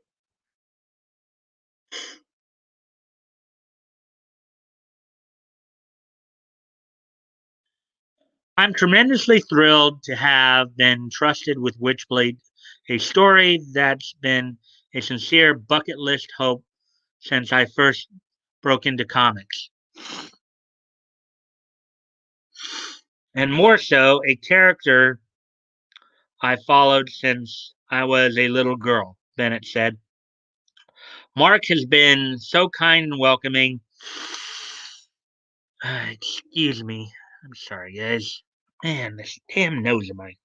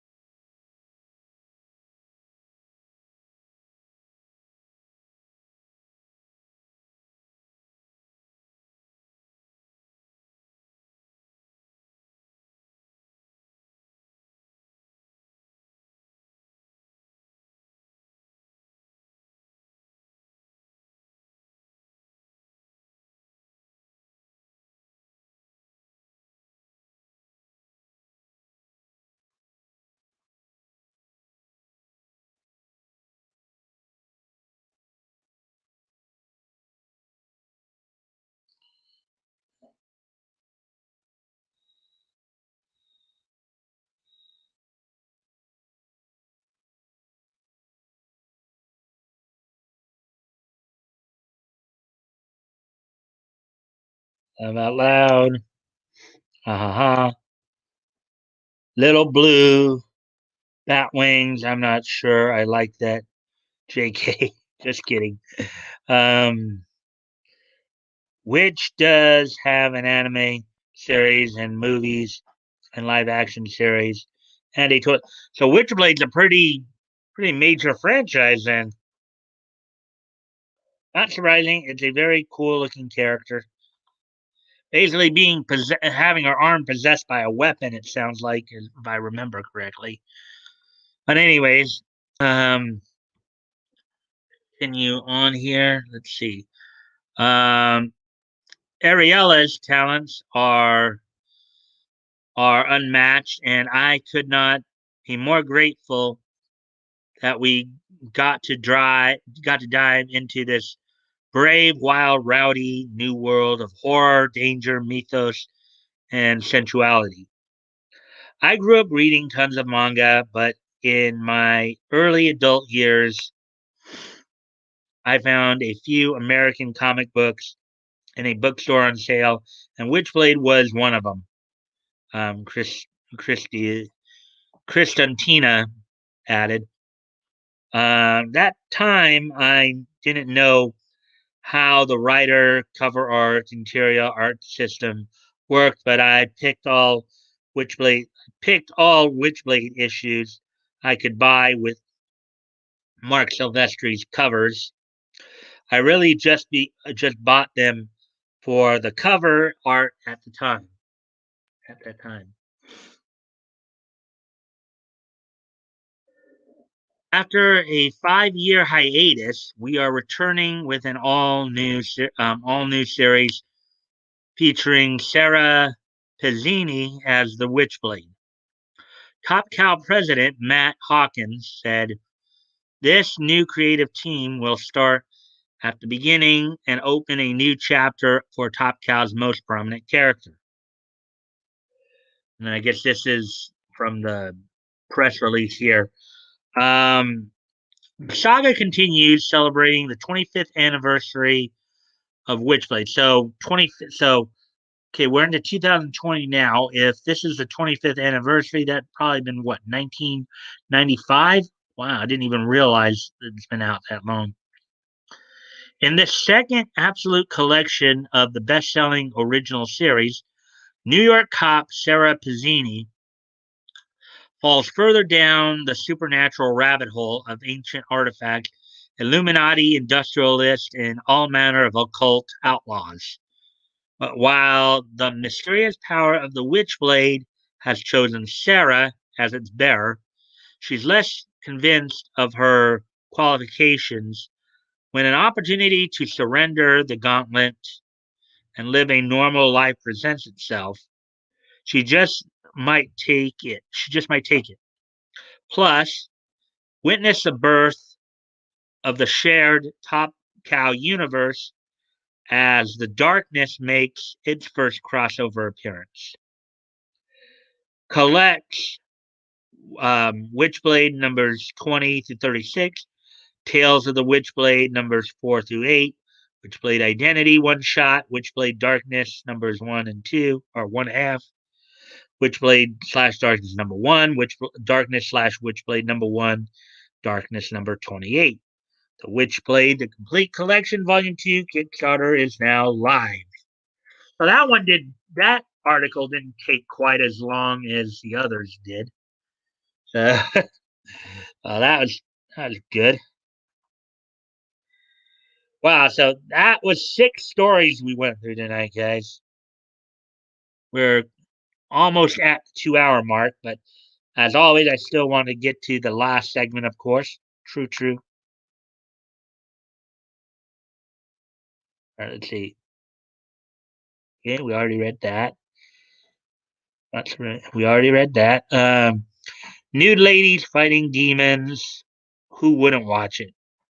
True enough. True, true. All right. Well, guys, we're coming up on 2 hours here. Um, so as I said, we might go over a little bit. Are you guys ready for this day in Nietzsche history? As we're now going to start winding it down a bit.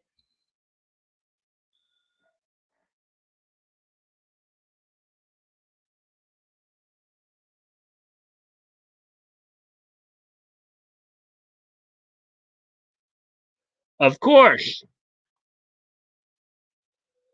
All right. So today being Monday, Nietzsche it up. All right. So with today being Monday, November the 30th, um, 2020, the last day of November, of course. Let's find out what happened on this day in Nietzsche history.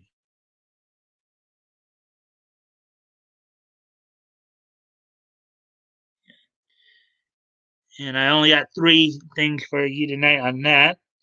So let's take a look here on this day in Nietzsche. We're, of course, now up to 6 people as we're winding down. Interesting how that happens. Okay, so the first thing we're going to look at, of course, on this day 15 years ago, 2005, um, the 25th issue of Ultimate Fantastic Four went on sale by Marvel from its Ultimate imprint. So, Ultimate Fantastic Four number 25 went on sale on this date 15 years ago. Cover date January 2006. It was part two of the Tomb of Namor story. So, on this date 15 years ago, written by Mark Miller, penciled by Greg Land, inked by Matthew Ryan, lettered by Christopher P. Elopoulos, and coloring done by Justin Ponzer. So on this date 15 years ago, part two of the Tomb of Namor story in Ultimate Fantastic Four number 25 from the Ultimate imprint of Marvel Comics. So that's what happened on this date 15 years ago. Neat. Hey, Batgut, do you know the actor Graham Greene? Um, Graham Greene. He played Powwow Highway Dances with Wolves. No, haven't heard of him. Graham Greene. How about me and names today? Um, yeah. So, anyways, moving on then to the next piece of niche history.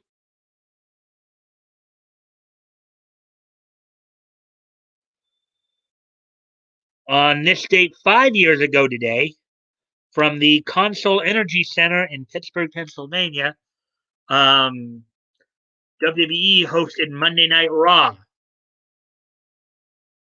On the event, in the main event for the event, the League of Nations, comprised of Sheamus, King Barrett, Alberto Del Rio, and Rusev, and the New Day, comprised, of course, of Big E, Kofi Kingston, and Xavier Woods, would defeat Roman Reigns, Dean Ambrose, and the Usos. So that was like a 7-on-4 match right there. Man, somebody was looking to get punished. On the undercard, of course, Charlotte would defeat Becky Lynch. This is supposedly the first of their series of matches that would lead to their match at Royal Rumble. The Royal Rumble match that they had was the one where Ric Flair gave Becky Lynch a kiss on the lips, like full on, full frontal kiss, meant as a distraction. And then she, of course, slapped him, and that got him a lot of heat for that because of the environment. But they would have their first series matches on here. Sheamus would retain the WWE World Heavyweight Championship by DQ loss over Roman Reigns. The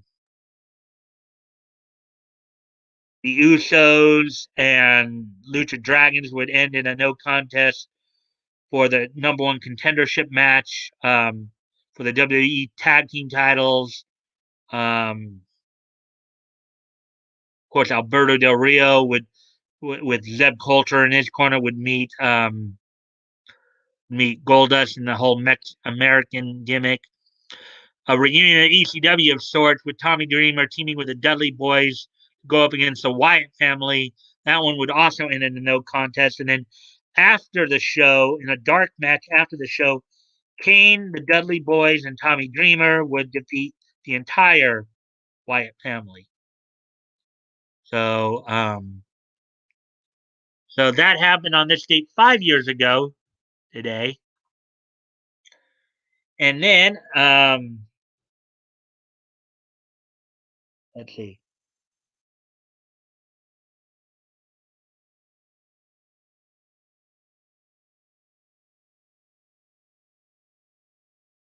I thought I was going to say he's from my First Nation.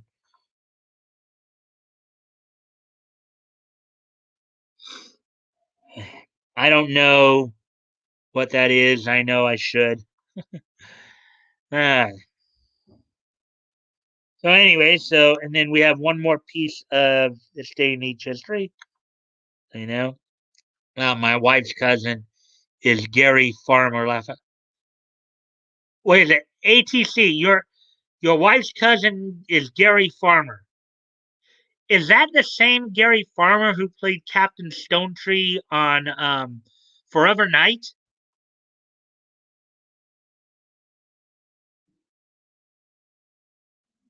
Do you know if that's the same Gary Farmer who played Captain Stonetree on Forever Night?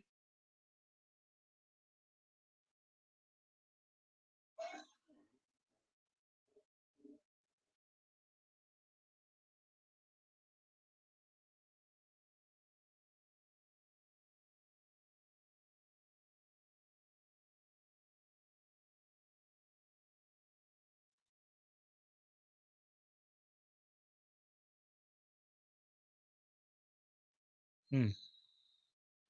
Guess I'm not gonna get an answer right away there. I guess.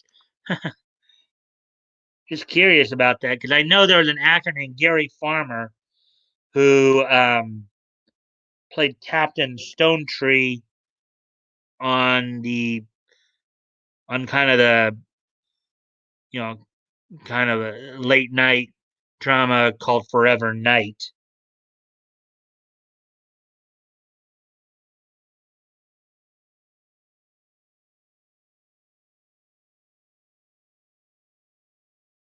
Yeah, that's him. Man, that he was pretty cool in that show. I remember first watching it back when it was on in the '90s, and then I just recently started watching it again. Yeah, I know he starred opposite like Jerry Wynn Davies and Catherine Disher and John Kapelos, as well as Nigel Nigel Bennett and Deborah Duchesne. They were a pretty good crew together on that. And of course, Catherine Disher would, of course, provide the voice of Jean Grey in X Men the animated series as well. So, wow, small world. Well, tell Gary Farmer that he's got somebody he knows about. Might be thrilled to hear that. Um, yeah, but anyways, with that being shared, there's one more piece, of course, of niche history to go through. And what I'm going to say is, as I sometimes say when I have this happen, in this case, 2015 is just so nice. We have to hit it twice, as the saying goes. So, on this day in 2015, 5 years ago today, along with what I mentioned um, on as I meant, as I mentioned, as what was going on with WWE. On this day on Cartoon Network, the short-lived animated miniseries "Long Live the Royals" would make its broadcast debut on this day in 2015, and also on this day, Henry Monster would end its run on Disney Junior. So one show was starting, the other was in Long Live the Royals was a mini series that ended on December 3rd, but started on this date in 2015. While Henry Monster would complete its run on Disney Junior on this date as well. So that's all that happened on this day in each history. No, we ran a little over tonight. We had a few more. We had like 6 stories to go through tonight. So, um, smiley face. Laugh it out. Next time he's out this way. Yeah. You can always if he's interested, you can always invite him to the stream, and we can maybe even talk about him and like talk about cult classics like Forever Night and Highlander the series, which were I think both at least I know Forever Night was almost exclusively Highlander. I think partly was basically taped up there, up there in like in Canada. Um,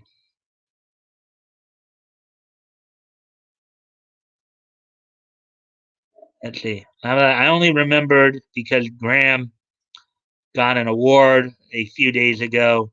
If you don't remember one, you remember the other.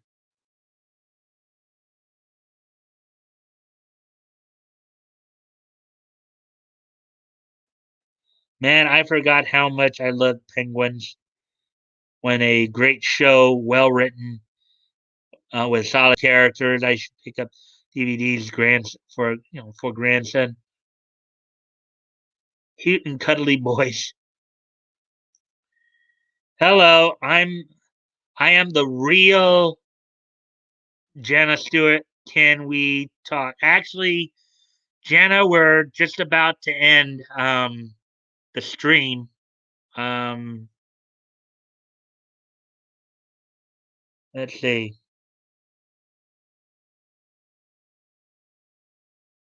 We're just about to end the stream. Hello, Jenna. Peace. Um,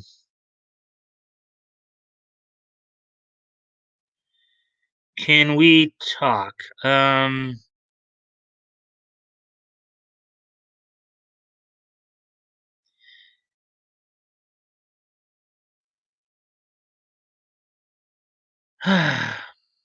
Did you want to talk to me specifically, Jana, or did you want to talk to one of the other people, or what exactly did you want to talk about?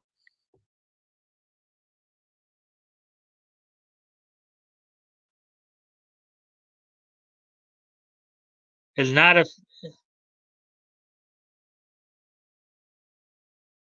This is not a fake out. I do not know who you are.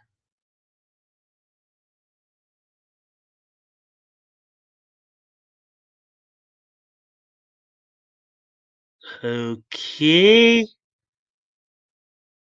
I have no idea what in the world is going on now.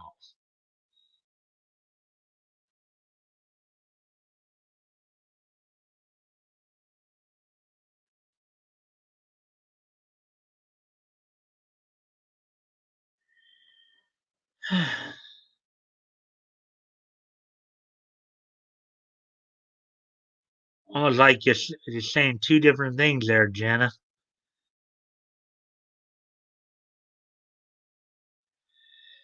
What exactly did you want to talk about?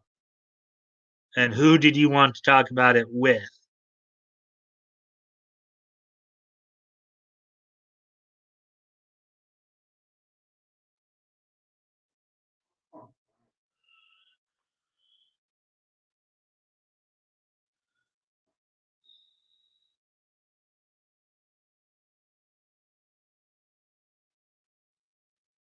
I'm going to hop over to Nick's. Thank you for the stream, Mike, and have a good one, everyone. Yeah, no problem. I understand anonymity. I was about to close. I was about to shut down the stream, but um, I want to at least see what Jenna's response is here once I determine what.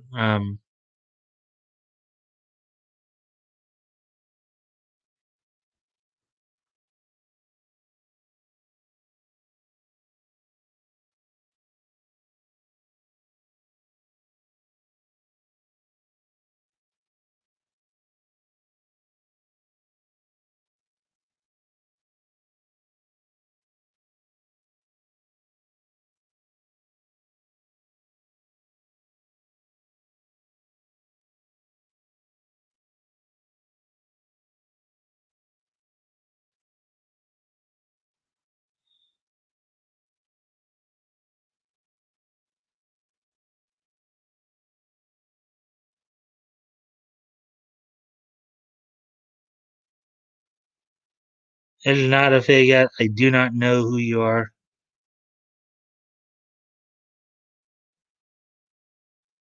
Telling you, I have never been on your channel. Night Anon.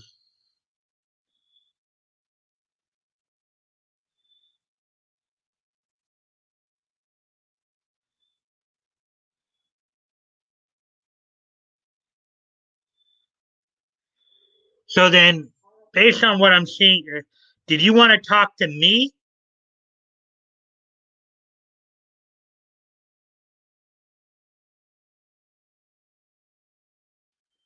Jana, did you want to talk to me?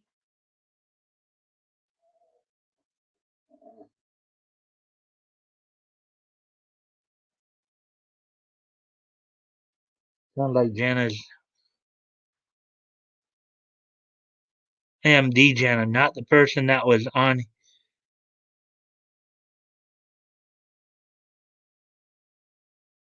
Contact me, please. Um, well, let me see. I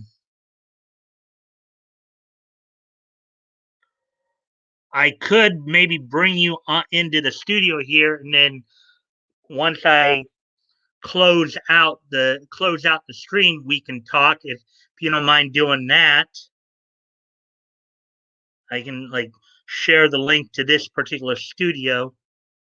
Um, or hold on, let me check something here.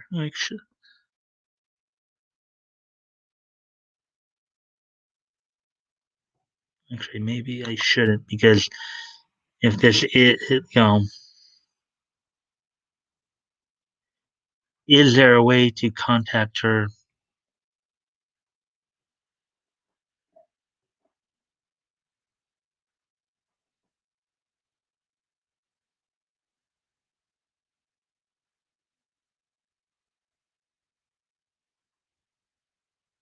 I'd like to get it.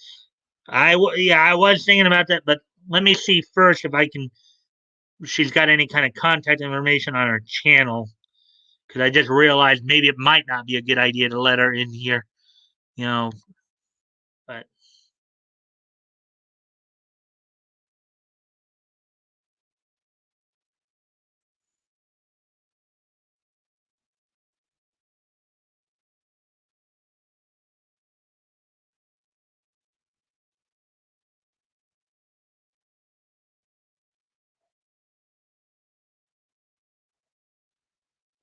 let's see.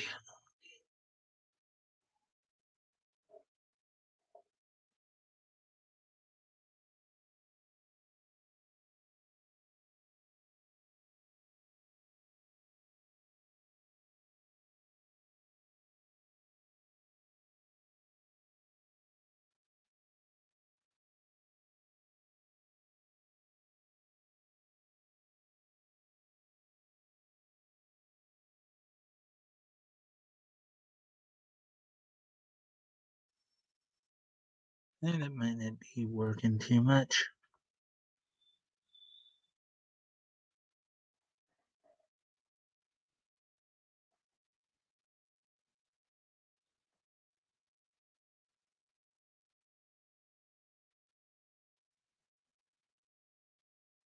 Oh wait, I think. Oh wait, I just another way I could probably do it here.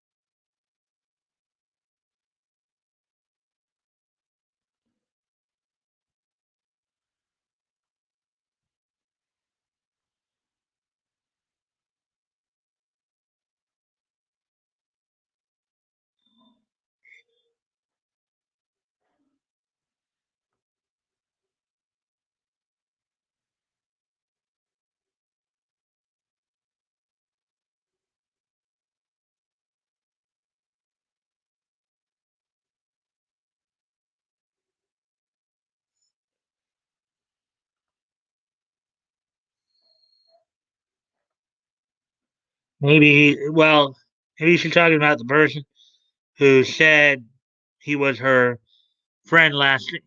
Yeah, that could be. I'm trying to find a way here to see if I can.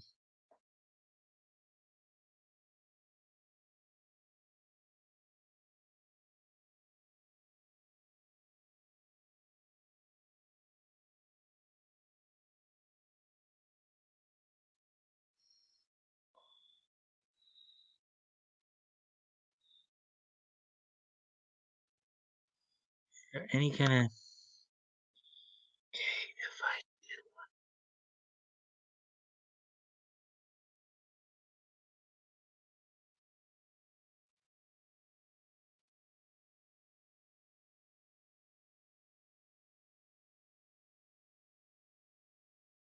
hmm.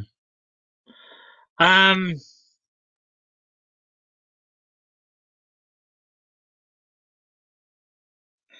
Janet, is there a way I can contact you off the stream here?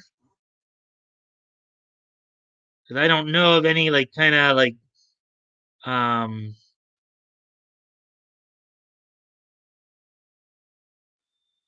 I don't know of any kind of like contact. I just looked at your channel and saw there wasn't any contact information there.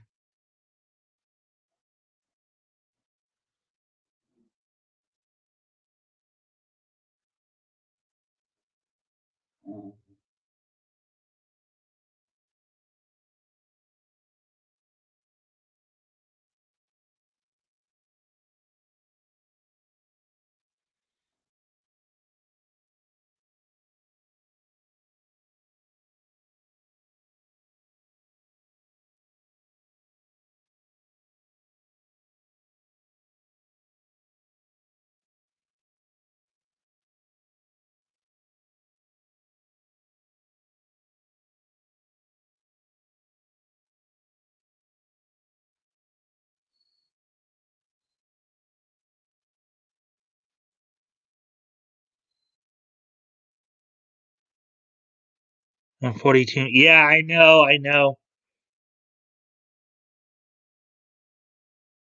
You know something? I'm not even sure anymore. I'm not. I'm gonna end the stream here because we went long. Ah, boy. Now there's even some more drama. All right, guys. I'm gonna just go ahead and just end the stream here. Um, thank you guys for coming. You guys can come back. You know, everybody's welcome to come back tomorrow night for more niche news coverage and all that. So, with that being said, I bid you guys good night, and I will um, talk to you tomorrow, hopefully. Night, Mike.